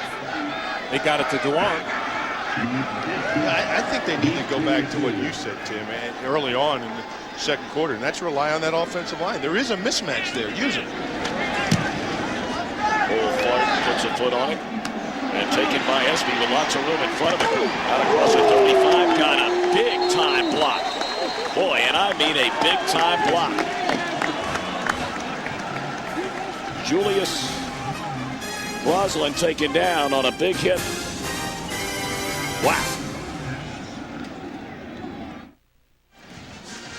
Ole Miss getting the ball for the first time here in the second half. Let's check in with Brian Baldinger. Tom, I'm down here with the president and CEO of SBC Southwest, Bill Blaze. And Bill, congratulations on just an outstanding week down here in Dallas. Thank you, Brian. We're really pleased with SBC to sponsor the Cotton Bowl Classic. Everything associated with the game was first class, from the hospitality of the Cotton Bowl Committee to you and everybody at Fox for your production of this great event. The fact that we've got the two best conferences in the SEC and the Big 12, two great teams in OSU and Ole Miss, and boy, you can't say enough about these fans. You know, they had this place sold out within 48 hours. Bill, why are you so committed? Why is SBC so committed to this SBC Cotton Bowl? Well, what it comes down to is SBC's fundamental commitment to education and to the communities where we live and we work. You know, for every dollar invested in the Cotton Bowl, 75 cents goes back to the schools in the Big 12 and the SEC. And in the long and storied history of the Cotton Bowl, $140 million has been generated for higher education. We think that's pretty special. It sure is, Bill. And really, this is just the beginning of a great year for you here at SBC. Well, we're looking forward to 2004. You know, we've been providing communication services here in the heartland and now from in Connecticut to California for 100 years. We're providing local and long-distance voice service, internet service with Yahoo DSL, and wireless service with Singular. And next year, we'll be providing our satellite service with SBC Dish. We'll also be providing a data network for our business customers, and we'll be expanding our wireless presence. We're looking to go beyond the call for all of our customers. Looking forward to providing technology, service, and prices to meet their needs. All right, Bill, thanks a lot for joining us here. Enjoy the rest of the game. Tom, back up to you. Brian Baldinger playing the role of Lou Dobbs here at the Cotton Bowl. Tommy probably couldn't have had a better sponsor for the Cotton Bowl, SBC, when one of the top players, Rashawn Woods' dad, Larry Woods, who's the father of 6, including 3 Oklahoma State players, right, is a 30-year employee of SBC Communications. Currently a manager for SBC Network Engineering in Oklahoma City. And also the sister, Roslyn Stern, who's the Larry Woods' daughter, but the player's sister, oldest daughter, works for SBC right here in Dallas. How about that? That's kind of a family affair. And that's all SBC. Bowl, right? And you know, more importantly than anything, what a job they've done in raising their family. Those are some terrific young people, not just athletes. I gotta tell you, I like those 3 letters better than the other 3 letters. I like SBC. You do? Better than the other 3 letters if you change it around. That's for sure. Manning in trouble and dumps it off complete. And good enough for a first down to Kerry Johnson. It's the first time we've heard Kerry Johnson's name today, but he really is kind of their possession inside slot receiver. Now, you saw Trey Stallings get taken off. He looked like he injured his leg, something took him off. And Bobby Harris, sophomore out of Decatur, Georgia, he's in at the left tackle position, number 75.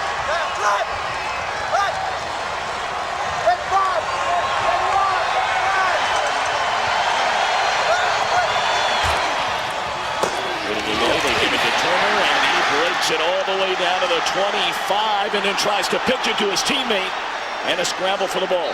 Who got it? Get out! Poor decision there made by Tremaine Turner after a huge gain. And we'll see who's underneath that pile with the football. We have talked about the brilliant decisions that Eli Manning has made all game long, and how he knows David Cutcliffe's offense. His brother ran it in Tennessee. Cutcliffe was Peyton Manning's coach at Tennessee, and he just makes the adjustment. We said it's not just in the passing game. He sees a defense where this run goes well. It's a good match, and then they do almost lose it. But I'll tell you, they had a free tackler in the hole too, and John Holland, 17, just absolutely missed it. Turner Great deal on this drive. He's caught a couple of passes, now back-to-back runs, picks up close to 8 there, and he's down to the 15. Kareem Smith on the stop. Yeah, take a look at the guys inside and the matchups the offensive linemen have to make and who they have to get to. Take a look down in the trenches down here. See the contact first, and then they've got to try to get to the second level and get up on the linebackers. And when you're playing against Bill Clay's defense of Oklahoma State, there's bodies flying all over the place. Those guys move up and down. They shift in motion, in and out. Runner in motion this time, and he'll hand it to Lozano. Rare carry for him, and he's down to the 13-yard line. Only 3 rushes all year long for the junior out of Ohio, Rick Lozano. He got married. You know that? He got married this year? Well, not this year, 2004, but last year. Married a basketball player, Lee Henley, an Ole Miss basketball player. So there'll be some Rosano offspring teeing him up. Well, you know, sometime down the road at Ole Miss. He's a Rosano offspring, you know. His father playing in Cincinnati. It's going to continue. 3rd and short. Tough to defend against Mississippi because they are very willing to let Eli Manning throw a pass. You got one-on-one on the outside. Handing off. First down, Turner to the 9-yard line. I think when that happens, when an offense has the kind of balance that Mississippi has had all season and certainly in this game, defensively it's 3rd and 1. You say, well, can we play short yardage? Can we play the short yardage run? You can't play it completely because earlier in the game they had 3rd and 1 and Manning threw the ball to the outside for the conversion. This time they go with the run, keeping the defense on its heels with offensive balance. And they've been running over to the right side where they have Marcus Johnson, they have Cliff Woodruff, both over 300 pounds. Every run so far that's come out in the 3rd quarter for Ole Miss has been over that right side. Vernon Grant will leave. And let's send it downstairs to Brian Boldinger. Yeah, Tom, just looking at the left tackle, Trey Stallings, on this drive, he injured and sprained both his left knee and left ankle. He's going to be out for a while. Baldy, thank you very much. And again, Manning checking off at the line of scrimmage. Plenty of time on the play clock. And he'll hand it off and slip into the outside. And down to the 3-yard line is Turner. He rushed for nearly 800 yards this season. And very impressive on this drive. Tremaine Turner is very close now to 100 yards. He's got over 80 yards, and it's this right here, this second effort. He puts his shoulder down and runs right through Holland. You see who was up there following? 42, Rosano. That's it. That's, you know what they were talking about? They're running that right side. Then they come back with a counter and come back to the weak side and let Rosano, the fullback, lead the way. They got to like this matchup out here. Audible again by Manning. Stay on the back. 6. Wow. Not one you can part the Red Sea like that. Wow. I mean, they went with the single coverage on Chris Collins at the top. Oklahoma State stacked everyone up there to stop the run and still was unable to control the line of scrimmage.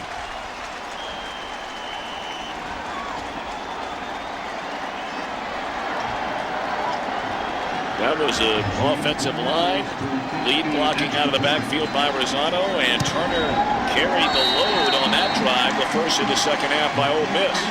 Tom, when you come out and you set the tone like that and you put it on your offensive line and they march down the field and score, look out. This year, the 50th anniversary of one of the greatest plays you'll ever see in your life.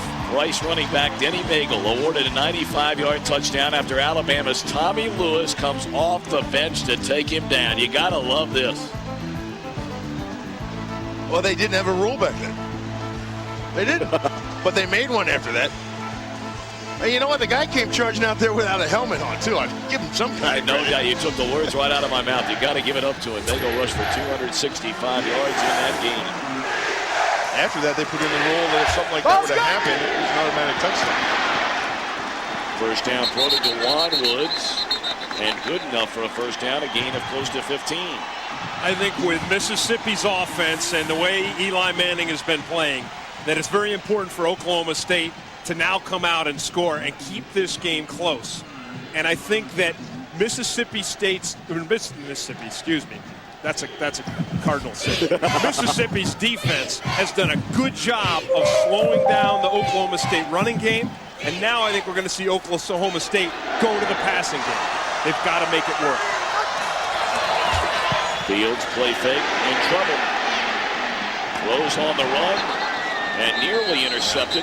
I'll tell you what, if they're going to get that passing game going, Tim, they better find a way to slow down that rush. Because Mississippi boys, they are coming after them. They're smelling what you're smelling. And they are getting a jump off the line of scrimmage. There's Cooper being drugged down by Davis, I believe. Yeah, the other guy who you saw in there was Ken Bournes, who's the middle linebacker. And what that tells you is that Ole Miss is going to bring the pressure. They're going to blitz, and they're going to force Josh Fields to make decisions quickly.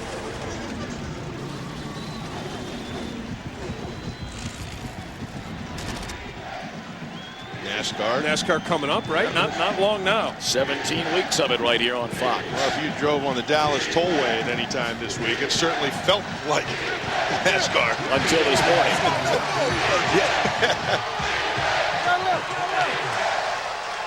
Well, there was a long convoy of Ole Miss Rebel fans and Okie State Cowboy fans. Morency in trouble. Down he goes. Outstanding pursuit. Yeah, Kelvin Robinson, who's another. Remember, he's the swing guy. He's the strong safety on the outside, and he's being blocked by Gabe Lindsey. He beats that block and slows this play down so the rest of the defense can get there. Tim, I got to go back to what you said in the second quarter, and I haven't seen it since.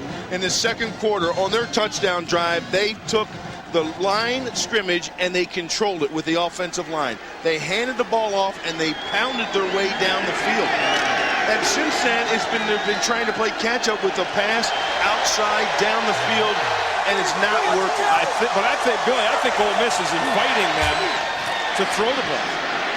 Heads it to the outside. Morency tries to cut it back upfield and run out of bounds where the 37-yard line. It'll bring up third down and about 6. I mean, as good as that run play was right there, I mean, they're still in a third and long situation. And Ole Miss is stacking them up. They're blitzing. They're stacking guys into the interior of the line. And they're challenging them to put the ball to the outside and let those Oklahoma State receivers make a play against their secondary. We'll call it 3rd and 7.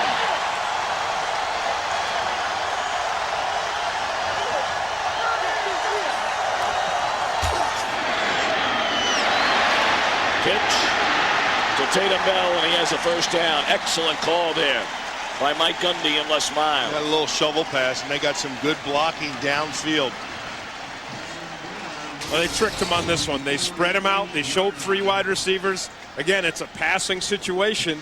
They go with the shovel pass, and because the defense was spread out, there were holes there for Tatum Bell to run through. Well, and they invited that pass rush, which they've been pretty good at the last few series. That pass rush has been getting upfield. They got upfield, and then the shovel came underneath.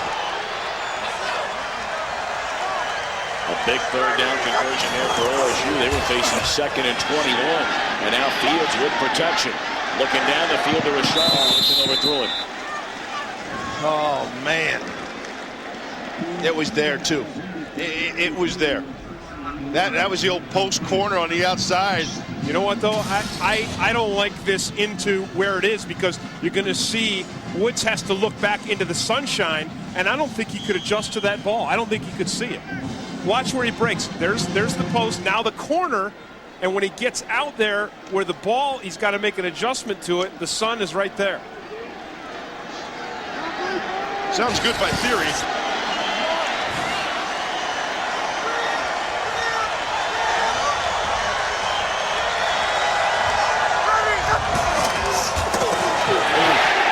that your guy? Is that your guy? Is that Jesse? It's your guy. Oh, yeah. I said if you're going to put a name on the no-name defense, it's Jesse Mitchell.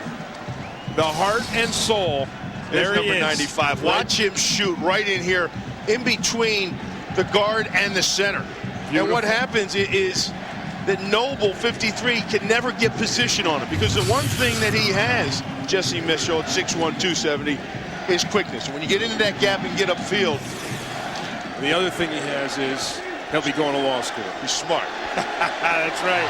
I had to get that. You got to love a nose guard that's going to go to law school. 3rd and 13. And Woods, a reception down to the 35. They'll move the chains. And that's it. And a nicely thrown ball by Josh Fields. At some point in time, this matchup here, who he's been going all day, Travis Johnson, he's been covering Rashawn Woods all day. And at some point in the game, it's going to wear down on him. He played off. He gave him that. And you know what? He's going to choose to play off sometime. This guy's been running all over the field with Rashawn Woods. I think he's done a good job. But as you saw there, Woods is a guy who doesn't need to get that much separation to make a play. Look at it again over here. Look how far off he is. Well, that's what I said. I think they're inviting them to pass. Bell dropped behind the line of scrimmage by Travis Blanchard.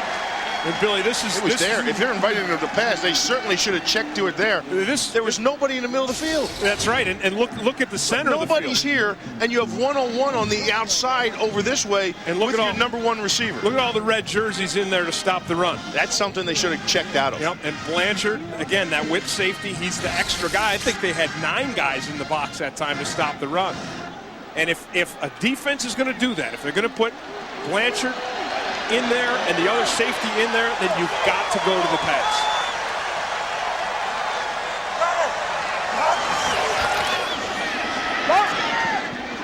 Bell, good open field tackle at the 38-yard line made by LP Spence. So another 3rd and long coming up for Oklahoma State. The Cowboys converted a moment ago on the long pass to Woods. We'll see here.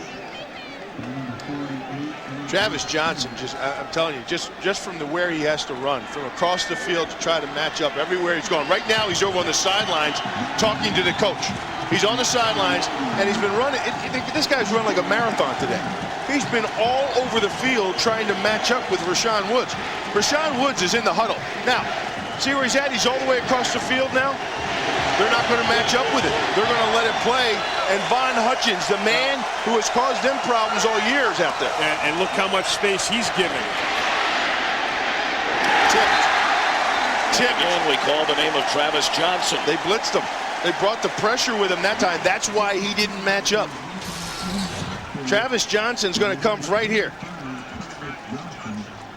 And he's going to chuck that block on the outside and jump and get his hands up. Say what? How many times have you seen a cornerback coming on a blitz actually put a pass rush move on someone?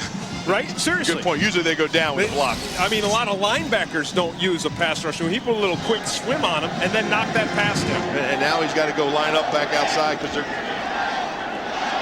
on a gunner outside. They got 2 gunners to a side on this punt formation. Fake punt territory, Billy? No. Pooch punt. Down by Fulton. That's a beauty. They'll down it at the 3-yard line. Nicely done.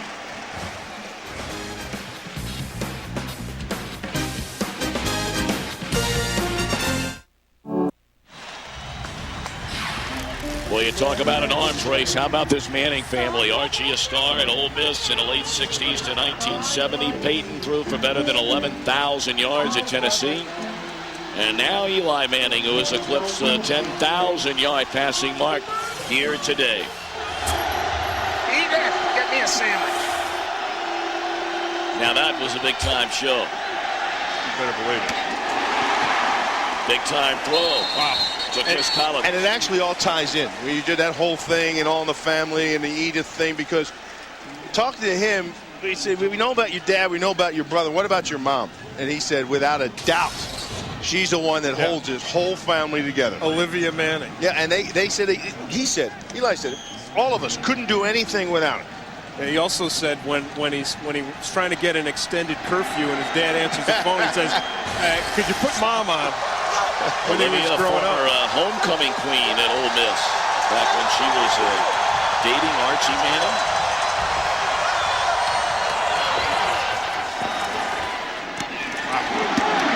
Throwing a little bit behind the intended receiver. So it'll bring up 2nd down and 10. There you get a look at Olivia Manning sitting next to her husband, Archie Manning. Their oldest son, Cooper, came to play wide receiver at Ole Miss, but was diagnosed with a spinal problem. It was too much of a risk to get back on the football field. And he has become very, very close with Eli, growing up and watching him play in high school and now college. Collins again down on the knee, second time that's happened today. Yeah, you saw the reaction by Eli, too. He took it on himself. You know, he just went threw his arms down, hit his thigh pads. Yep, he told him. He said, my fault. And you know what? You want that in a quarterback, you know? Guys that see that. Yeah, absolutely. You don't want a guy that's pointing fingers this way, that way. Right. You want him to take it upon himself. It's a big play for Oklahoma State. 3rd and 13. They're down by 10. I think this is where Eli Manning's strength really comes. 3rd and long situations. He's made a lot of big plays this season for Ole Miss. Barely got the playoff. And Manning down the middle, checked off to the line of scrimmage and delivers a strike to Kerry Johnson. That's what he does. You know, if you watched Ole Miss go down to Auburn and beat Auburn this year in Auburn, Eli Manning was in these 3rd and long situations over and over again, and over again he converted. Timmy, watch this. This is Eli Manning messing with the defense. And watch this. Vernon Grant's going to drop all the way back into coverage after he's up in front, but he never gets to where he's supposed to be. They're supposed to have high-low coverage right there on the seam, and he never gets there because they've been playing that game trying to confuse Manning. Here he is again.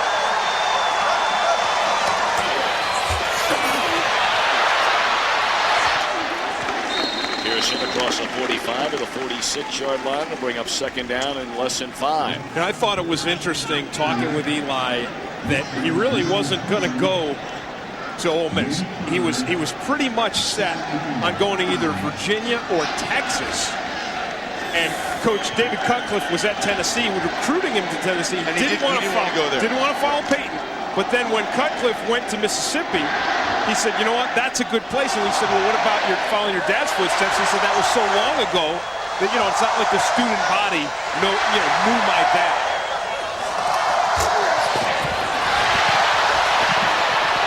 Again, it's Pearson, and he sticks his nose ahead to get a 1st down, and Bashan fired up about it. Sophomore out of Ripley, Mississippi. You know who's been doing a good job is who's ever been at left tackle. Trey Stallings, number 70. He was in there. He's done an outstanding job. Here's Harris here. He blocks down, and then watch the fullback come back and cut the backside end right here. He cuts him. And they've really been giving Greg Richmond a tough time today because he's their speed guy, he's their sack guy, and they've been doing different things to chip him and keep him away from Eli Manning. Reeves met Pearson head on a couple of yards behind the line of scrimmage. A loss of 2. And that will be the final play of the 3rd quarter. 24-14 Ole Miss leads. We're back to Dallas after these messages from your local Fox station.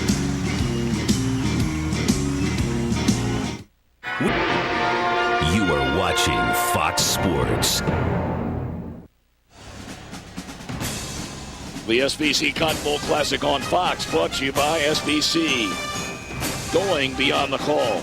By Nissan, who invites you to ship the way you move through the world. By Singular, the wireless company that fits you best. And by Wrangler, real, comfortable jeans. And you know, it's hard to be fit as a fiddle when you're built like a tuba. Hey! You can apply that to some of the guys we talked about today. In front of both their offensive line, there's big tubas out there. I never knew you were so glib. I haven't seen that side of it. It's a fun time, man. It's my New Year's resolution. I like it. I like it. Second and 12 for Manning and the Rebels. Third chasing, and he unloads down the field, just throwing it away. This is really more of what they wanted to do. They wanted to be able to put pressure on Eli Manning, and the guy they thought was going to get the most of it is right there, Greg Richmond. He's got 12 sacks on the season.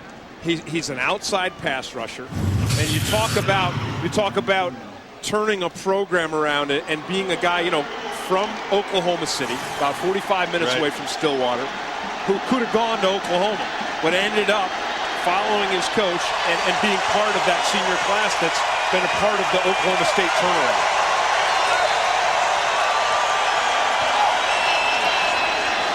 Third down, and Manning delivers a beautiful strike to SB, another Ole Miss first down. There was no time for pass rush then. No time at all. There was good coverage, and that's not a college throw, Tim. Right. I was thinking the same thing. I was thinking, folks, if you want to see why Eli Manning is going to be not only a good, but a franchise quarterback in the NFL, there it is right there. That pass with that accuracy. Never broke stride, and he had Darren Williams right in his hip, Never broke stride, and the ball was right on the money.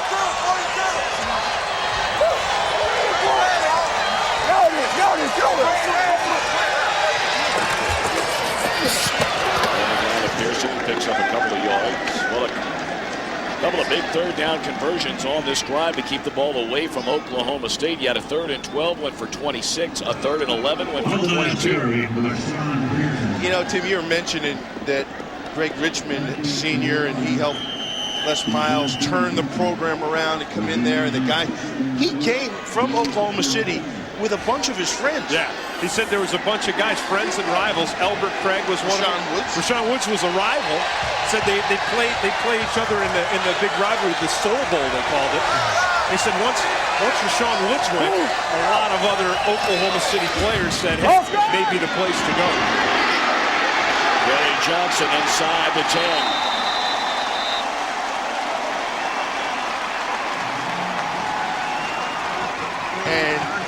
And OSU needs to come up with something big right now. They've got to change momentum somehow, some way, if they want to keep this thing within reach. I think they need a turnover, Bill. They went with a 3-man rush, so there were plenty of defenders out in the field.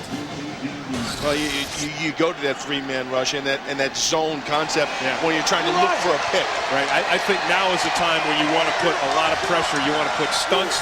You want to come with everybody and get some blitzes going, whether it's run or pass.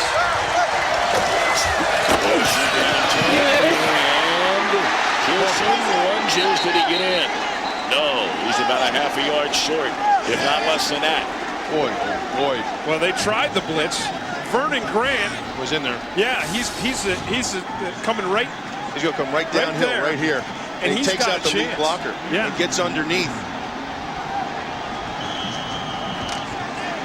Just a very strong run by Pearson. 2nd and goal from the 1. And that's what he's improved at over his time here at Mississippi, becoming a stronger runner. Manning carries it in for the touchdown.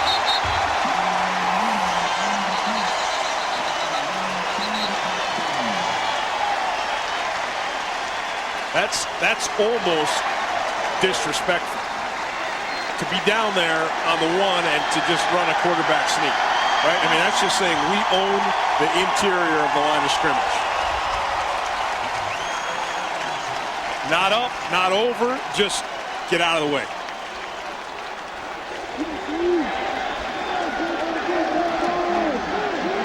Point after by Nichols, and it is good. This game was tied at 14. 17 unanswered punts by Eli Manning and the Rebels. 12:30 to go in Dallas.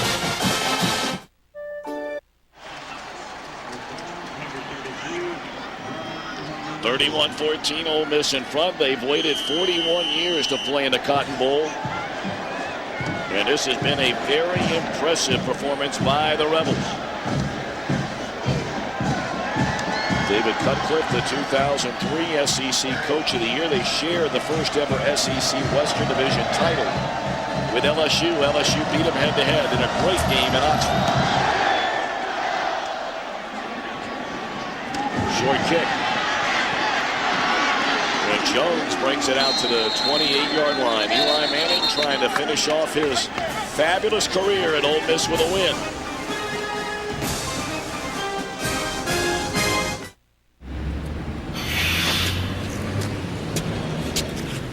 Oh, yeah! Welcome to the concrete jungle! Get your hands off my tools, huh? Huh? Where you at? Huh? What you looking around for? No backup! I got you! Who your daddy? Who your dad? SBC, proud sponsor of the Cotton Bowl Classic.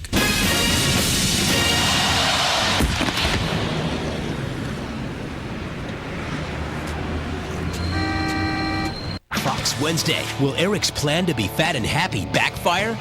Somebody's poking me. Kelso! I thought you moved away. I've been living on crumbs. That 70s show, all new. Then Paris and Nicole get personal with the local boys. I'm so happy I met you. Me too. Ooh, you smell like onions. Plus, they cause a big scandal in this small town. No! A shocking turn for the simple life. An all-new episode. It all starts at 8/7 Central, Fox Wednesday. When good babies go bad, Springfield is thrown into chaos. Give Daddy the remote, Maggie. Give Daddy the go. Can Homer keep Maggie from joining the Tiny Terrors? The Simpsons, all new at 8/7 Central, Fox Sunday. Put your hands together for the next American Idol. And no river wide enough to keep me from getting to you. Don't you know that? Well, maybe not. I guess that's a no then. American Idol, the 3-night premiere, starts Monday, January 19th on Fox. Ole Miss leading 31-14. Still a long way to go. Les Miles' team trying to play catch-up. Miles, an alum of the University of Michigan, where he was an assistant coach on a couple of different occasions. He knows all about winning, and when, of course, you play at Michigan, you learn a great deal about winning, and he's trying to really revive this Oklahoma State program. Not that it was left for dead, because Bobby Simmons did a pretty good job before him, but Les has lofty goals for this program now. Pat Jones and Jimmy Johnson. The thing that impresses me is that he's been able to actually go into Texas and take players out of Texas. How about who he just signed? He went into the heart of Houston, deep in Texas, and signed a young man, Robert Reed. Play fake, Fields with time to throw, and lots of it, and has Woods open, and he caught it. Oh! Now that was pass interference. Yeah, and it's going to be, of course, declined. And this is the strength of Rashawn Woods, and we've seen him make some catches like this all day long. Using his body like you talked about. Yeah, and catching a ball that drops in on it and using his body. Here it is. Here's his body. He positions. It drops in. Pass interference. Defense. Penalty is declined. Play result. 7 catches now, well over 100 receiving yards, 136 for Rashawn Woods. How about the little move? You see that little wiggle he put on Travis Johnson? Yeah, Travis Johnson actually grabbed hold of him. Like I said, Billy, if you're going to man him up, you've got to put the ball in his hands. I agree with you 100%. With Travis Johnson, the job he's done today has been outstanding, but I don't think you can expect it all day. Lawrence down to the 20-yard line. You know, Les Miles, obviously, when you're recruiting in Texas and Oklahoma, you're recruiting against those schools I just mentioned. You're also recruiting against the likes of Kansas State and Nebraska and the heartland of this Big 12 conference, if you will. But I think two huge things for this program. They beat Oklahoma 2 out of the last 3 years, and then this year they beat K-State. Right. So if you win those kinds of big games against your close rivals, then you can recruit against them. Because as you know, Tim, that's one of the first things recruiters talk about when they come into your house, they visit with you and your parents. and they ask you what other schools have been talking to you, what other schools, and they'll be the first to tell you that if they beat them or not. Yeah. You know, they'll bring that right up. Well, of course, you probably saw our game, son, didn't you? Where we beat Kansas State, and they bring that right to the forefront. As they should. And it's all a selling job, and Les Miller and the University of Oklahoma State has done an outstanding job of selling what they've got. Les Miles, I'm sorry.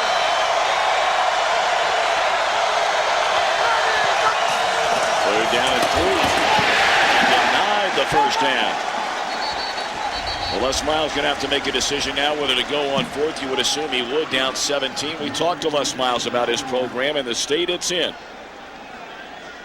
We are aspiring to championships, and we are aspiring to compete with the very finest in the country. And with success comes expectation, and expectation is a good thing. And he's right. Well, he's expecting to try and get back in it right now. He's going to go 4th and 3. This is where they want to put Fields on the move to roll him out of that pocket.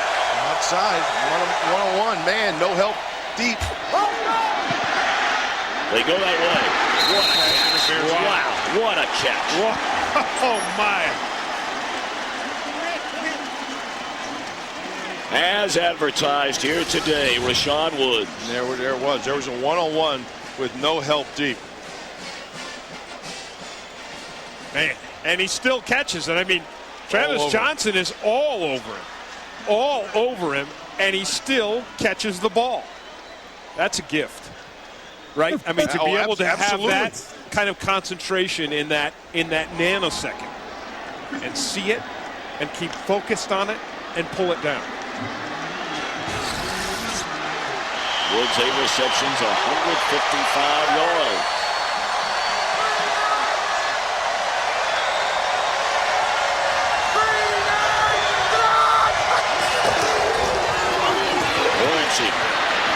Pushed to the outside. And it looked like he lost a yard. To me, Oklahoma's best success in the run has still come. Oklahoma State's best success in the run has still come when they've gone downhill. Yeah, especially down here against this defense. I think you do want to go right at them. With the strength of Morency and the size of the offensive line, you don't want to go outside and play into the hands of the speed of Mississippi's defense. 2nd and goal. Morency leads in favor of Tatum Bell. And he gets a pitch. Scramble for the ball. And at the 1-yard line, it rolls out of bounds. So they gain yardage.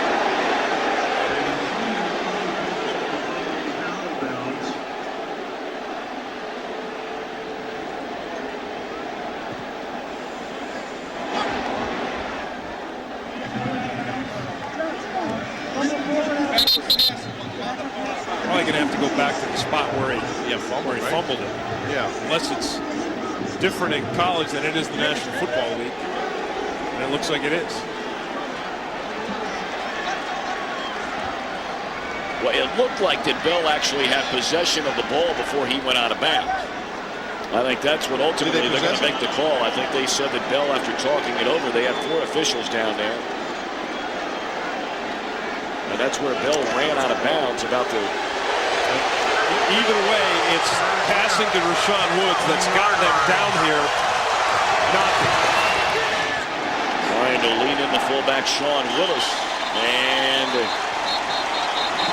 he's denied. 4th and goal coming up. It looked from here as if he had that push, as if he extended the ball and it broke the plane. Obviously, the head linesman and linesmen have a better view of that line of scrimmage down there on the goal line. Well, now the old Miss Faithful will rise as one, trying to pretty much slam the door on this one if Oklahoma State can't get in. You go back to the big Mississippi win against Auburn. They shut Auburn down late in the game, right down here.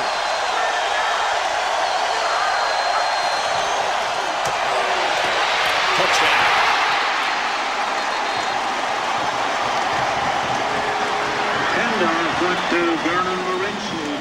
Nice lead, wasn't it? And a nice play. I like the counter, right? They came back, and there was actually a pretty good hold there. I'd love to see that. Now, if I'm playing defense, I didn't like to see it go over top of me. But I certainly like to see our offense find a way to, if it's not there, we're going to find a way to get it there. And that's exactly what Marnsey does. I'll tell you, the guy who had the key block was Badgerman, the tight end.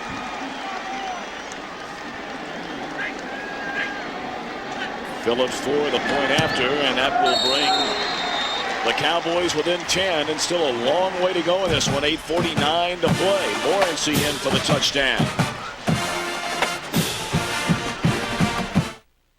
31-21, Ole Miss with the ball. Let's go downstairs to Brian Baldinger. All right, John, thanks. I'm down here. I'm joined by the proud parents of Rashawn and Dewan Woods.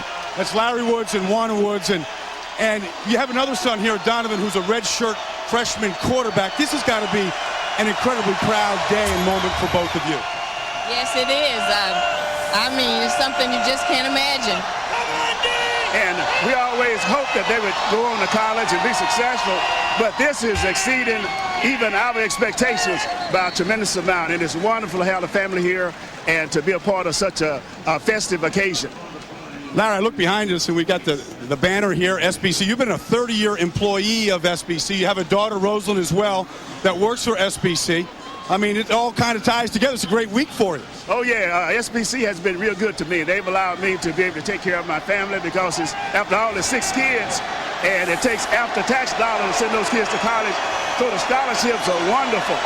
Larry, you're a basketball player. What's it like to have 3 kids playing Division I college football? As I said, it exceeds our expectations.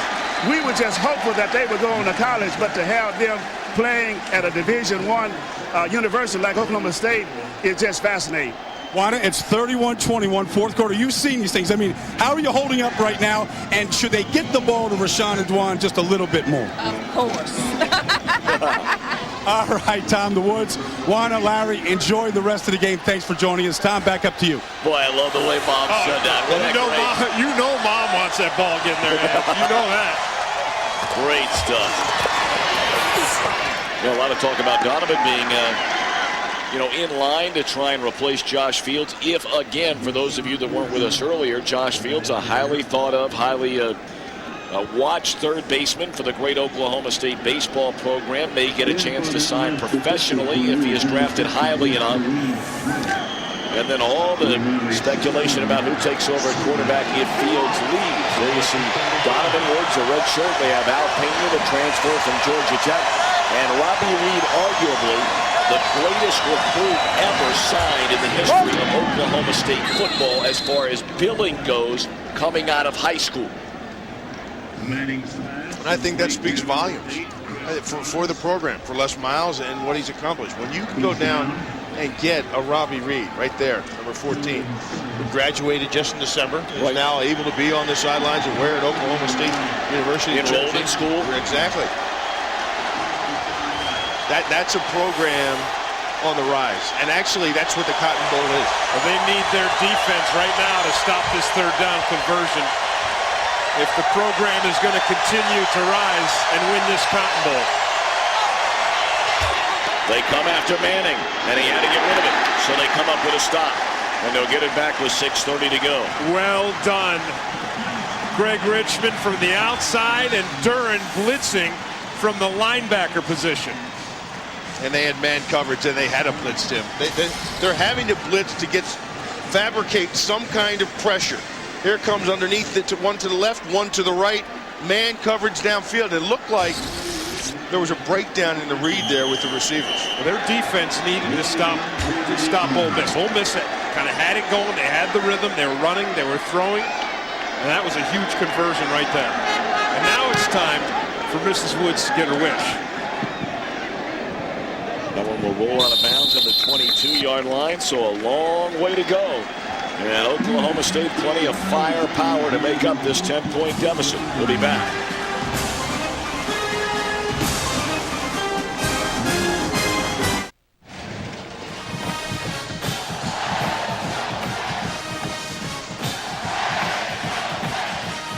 We brought it up earlier, Timmy, about the the sights and the sounds of college football. Great invite. Oh, man. Great invite. 73,928. Beautiful day. Two schools that have really gotten themselves back onto the national scene. This game is huge for both of these programs to be here at the Cotton Bowl. And each with a chance to get a 10-win season. Well, think of the teams that have been here in the past and how great they all are right now. Fields going for a bundle and finds his main man. There you go, Mama. Again, it's that single matchup. And Travis Johnson has done a very nice job. But, Billy, you said it so right. You can't expect him to stay all day with a receiver the caliber of Rashawn Woods. The guy's run a marathon. He runs all over the field wherever he lines up, to the left side, to the right side. He's been running all those deep routes all day long. You have to give him some help over the top. He's been by himself, Tim. And we only saw him. And here, he's going to take a breather here. This is when he takes a breather. Is when he plays off that far. Is when he takes a little breather. Not much of that. I mean, it's a nice play by Johnson, but it's still a 9-yard pickup. And they're taking advantage of it. By the way, Keyshawn Johnson from Southern Cal holds a record for most receiving yards in a Cotton Bowl game set in 1995, 222. And Rashawn Woods is banging on the door. 206 right now, 10 catches.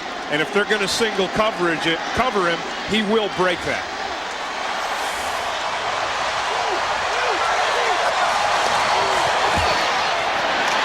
Pitch it to Tatum Bell. And he's down to the 17. Yeah, I think, Tim, I really believe that Mississippi must have so much respect for the running game of Oklahoma State that they're going to refuse to double cover Rashawn Woods.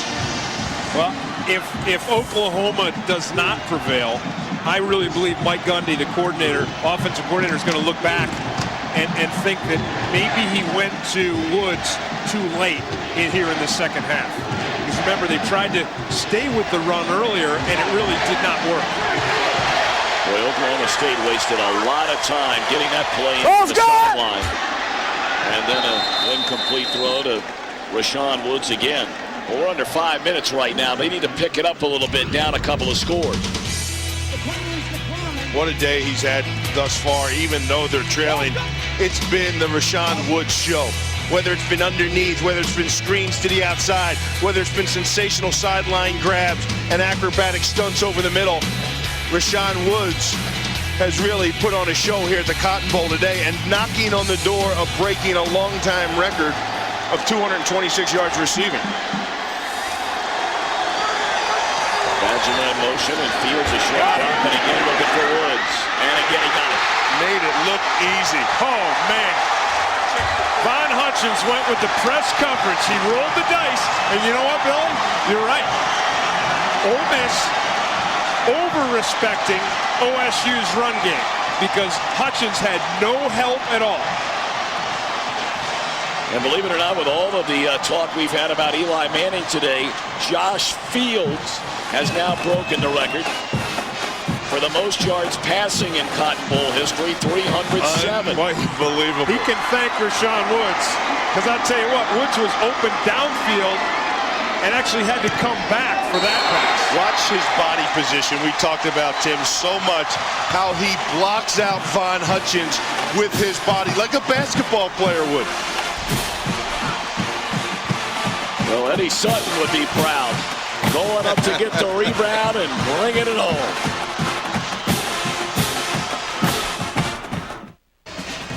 The SBC Cotton Bowl Classic on Fox, brought to you by SBC, going beyond the call. Bush has turned into a thriller now.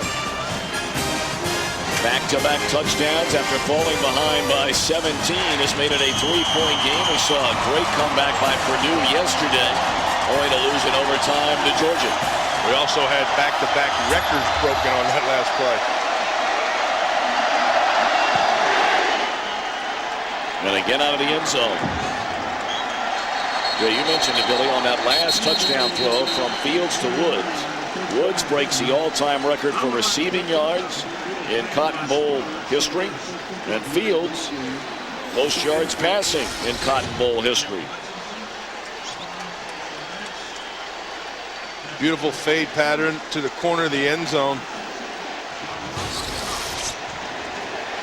And Woods used his body like he has been doing all day. Yeah, Woods he actually had Hutchins beat, and then Fields actually underthrew it, and then Woods came back to get it and score.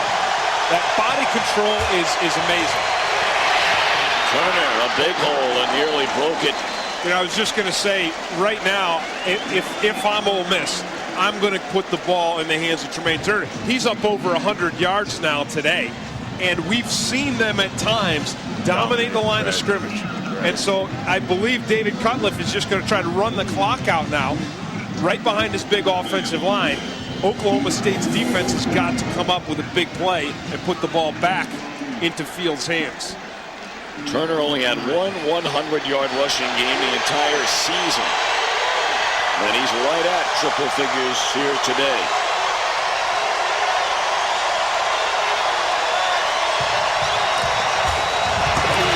And adding to it.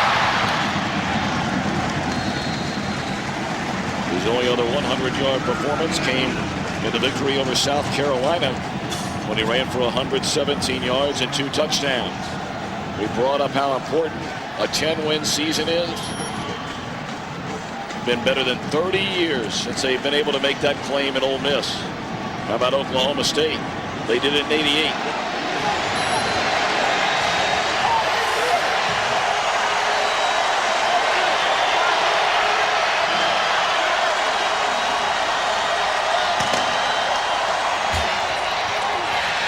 Play fake to Turner. And looking down the field, just out of the reach of a diving Mike Espy.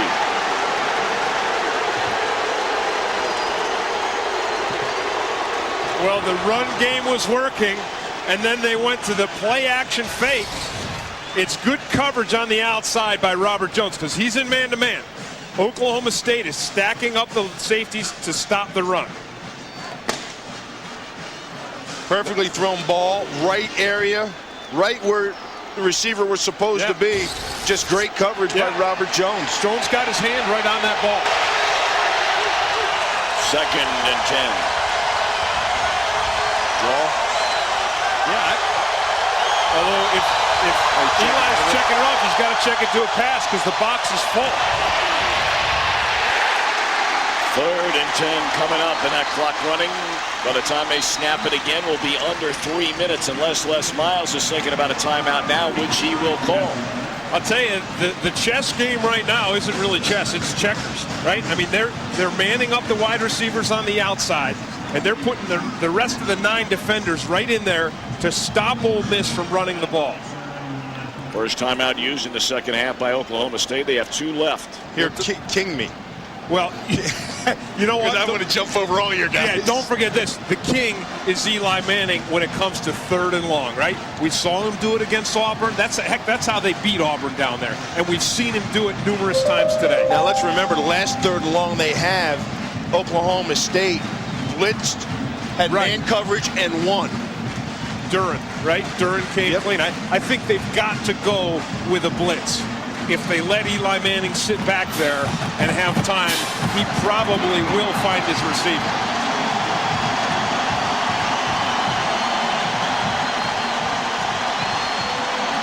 I think you have to fabricate some kind of pressure.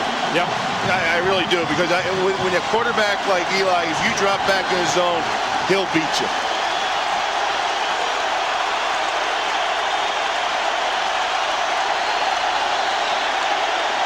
Here they come. Here they come. It's picked up. And he's got the arm behind him. Absolutely. He had the hook going. It was a great break on the ball, and he got his arm extended in front, but his back arm had the hook around the waist. Look, he pushed right through him, too, I think, Billy. Watch him turn around here. Interference, defense, spot foul. See the hook? See that arm around the waist? Yeah. I think he put his shoulder right in his back. You know, that was excellent pass protection by Ole Miss, because they came with the blitzers, both of them, both linebackers from the outside, the defensive line up the middle, and Manning had time. And now the clock is really going to become a factor here. OSU with 2 timeouts remaining. They'll keep it on the ground to Turner. He tries to break it to the outside, cut back inside, bottled up there, and Oklahoma State has to use a timeout now. 3:01 to play, and now they have 1 timeout remaining.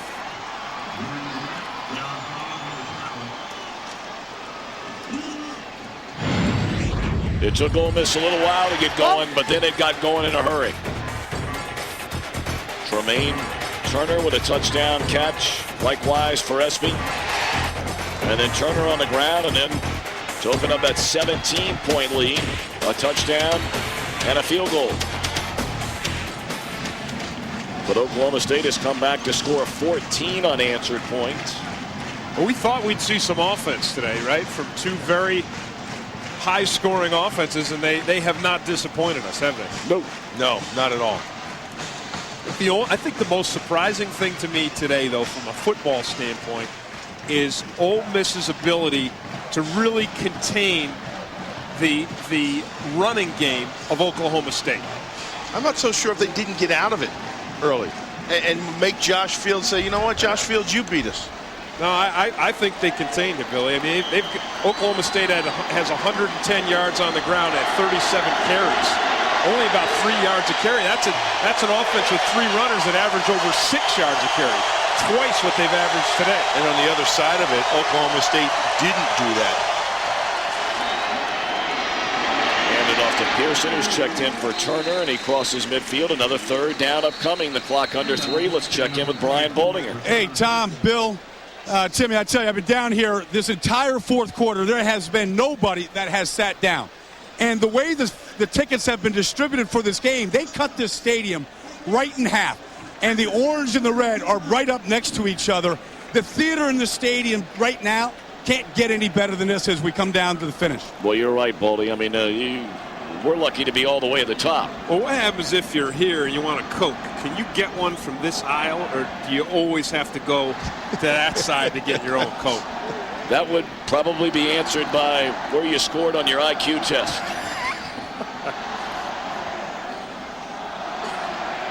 Vernon Grant, the sophomore out of Duncanville, Texas, is down for OSU. Got a look a moment ago at the Field Scoville Trophy. Those schools playing for that and would proudly bring it back on home at the end of this one. I say whoever doesn't go home with that trophy with today's game has nothing to be ashamed of. Yep. They came to a major bowl, both schools, both programs rebuilding, rebounding. This is their first major bowl in several years, and I don't think either one of them has anything to be ashamed of. It's been a really great football game. And, you know, both of these teams have practiced like this was a very important game. You know, sometimes maybe if you're a team that's ranked in the top 5 at the beginning of the year, you're not in a BCS bowl.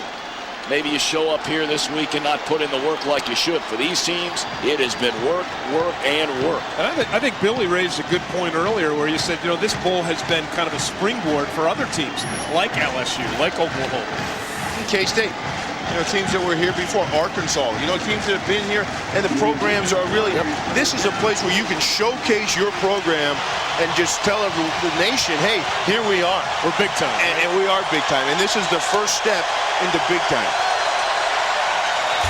3rd down. They hand off to Turner. Spins his way, breaks a tackle. The 25.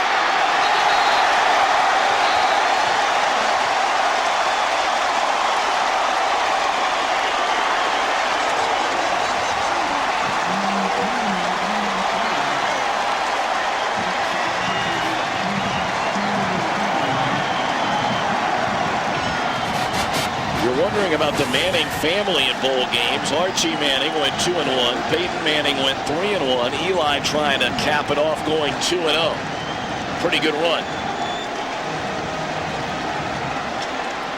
I've always said a quarterback's best friend is a good run game and a good runner. And Tremaine Turner has been that best friend today for this game. 133 yards on 20 carries for Turner. He'll get another. Nope, he came out of the game up to that 25-yard run. It'll be Pearson. You know, when I see Oklahoma State, I see a team that reminds me of the Kansas City Chiefs. Just in the aspect that we've got that prolific offense that can put up all the points. And if your defense can find a way to just tighten down that run just a bit, you know, contain the run, Tim, like you were explaining how Mississippi controlled the run of Oklahoma State. If they could find a way to tighten that down up front, and they've got some young guys that have come in as freshmen that they believe are going to take care of that. Pearson again. He's to the 17. 36 run plays for Ole Miss and close to 200 yards. You know, that's what we're talking about. And you know, you need to tighten down the bolts on that a little bit. Well, Ole Miss had a dramatic improvement from last year to this year in the running department, improving over 49 rushing yards per game last year to this year. And that's something that David Cutcliffe wants to do more of. Run the ball. And that hasn't been one individual. That's been a three-headed monster, too. It's been all by committee. Jacobs, Pearson, Turner. 4 down and 2. Pearson bottled up and denied. It looks like a first down, but Oklahoma State out of timeouts.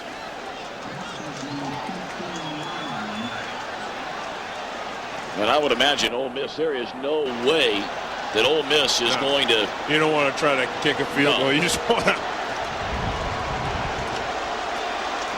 to go with that. Probably. Collins come out to the sideline. Oh, now they're setting the play clock. This one's over. Boy, they reset that clock very late. Not that it would have made a huge difference, but they did. The celebration is on in the state of Mississippi. And why not? First time in 41 years Ole Miss is playing in the Cotton Bowl. And they will go home victorious. 31-28. Just like Tim talked about, there's nobody that should leave this place feeling bad about what they showed out here today. Two strong teams, two strong performances. It's now 7 consecutive winning seasons for the Ole Miss Rebels. That's something the program has not done since the mid-60s, the early 70s. When David Cutcliffe has brought a plan from Tennessee. I'll tell you what, winning football games in Tennessee for a long time. Yeah, I'll tell you what David Cutcliffe's got to feel good about. He's going to lose Eli Manning to the National Football League. But the way his team ran the football today, that's going to be a great foundation for another young quarterback to step into this program and have an excellent opportunity to showcase his skills.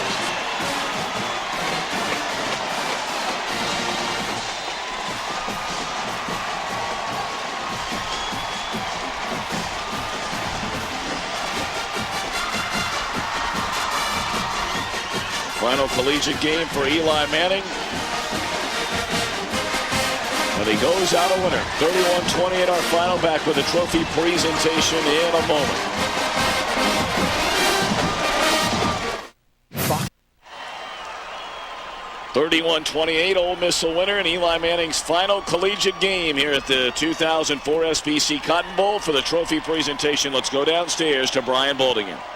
Well, the 68th SBC Cotton Bowl was finished. It was a thrilling game. And now to start the presentations of this Field Scoville Trophy, I hand it over to the president of SBC Southwest, Bill Blaze. Bill? Coach Cutcliffe, if you're a fan of football, it doesn't get any better than this. Congratulations on an outstanding game and a fantastic season. I'd like to turn it over to my friend Finn Ewan, president of the Cotton Bowl Committee, and I want to thank you, Finn, for an outstanding job of leadership the last 2 years. Thank you very much, Bill. Coach Cutcliffe, you're one of the nicest guys in college football. And I want to present to you the Field Scoville Trophy. You guys are the champions of the SBC Cotton Bowl Classic. Outstanding. First, let me say how much we appreciate the hospitality of the SBC people, the Cotton Bowl family. You're outstanding. And I'm going to tell you what, I'm so proud of a bunch of Ole Miss Rebels right here that got the job done. Win 10. Coach Cutcliffe, this is your 40th win here as a head coach. Probably none bigger here than the Cotton Bowl. It's been 41 years since the Rebels were able to take this trophy home. That's as sweet as it gets right here. I'm really proud of these seniors. I wish everybody in the stands would give our Ole Miss seniors a big hand. Outstanding.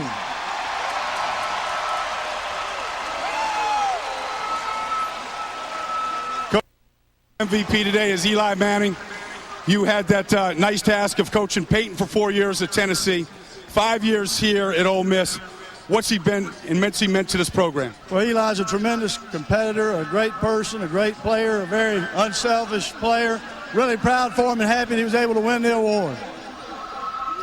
Coach, it's been a heck of a 5 years here. I mean, what does winning the Cotton Bowl here do for this program? This raises the bar. We're not through. We got a lot of work left to do. We got a lot of places to go. Thank you very much, Coach Cutcliffe. Enjoy the win. Thank you, Brian. Tommy, back up to you. All right, Brian, thank you very much. Congratulations indeed to both teams, Ole Miss and Oklahoma State. And we echo the sentiments of David Cutcliffe talking about the hospitality here in Dallas. Fabulous, as always. For more information on today's game, log on to foxsports.com. Join Fox Sports Sunday, the NFC wildcard game, Seattle and Green Bay. Coverage begins with a pregame show, noon Eastern, 9 Pacific. For Tim Green, Bill Moss, Brian Baldinger, our entire crew, Tom Brenneman saying so long from Dallas. 31-28, Ole Miss wins it. This has been a presentation of Fox Sports. Happy New Year.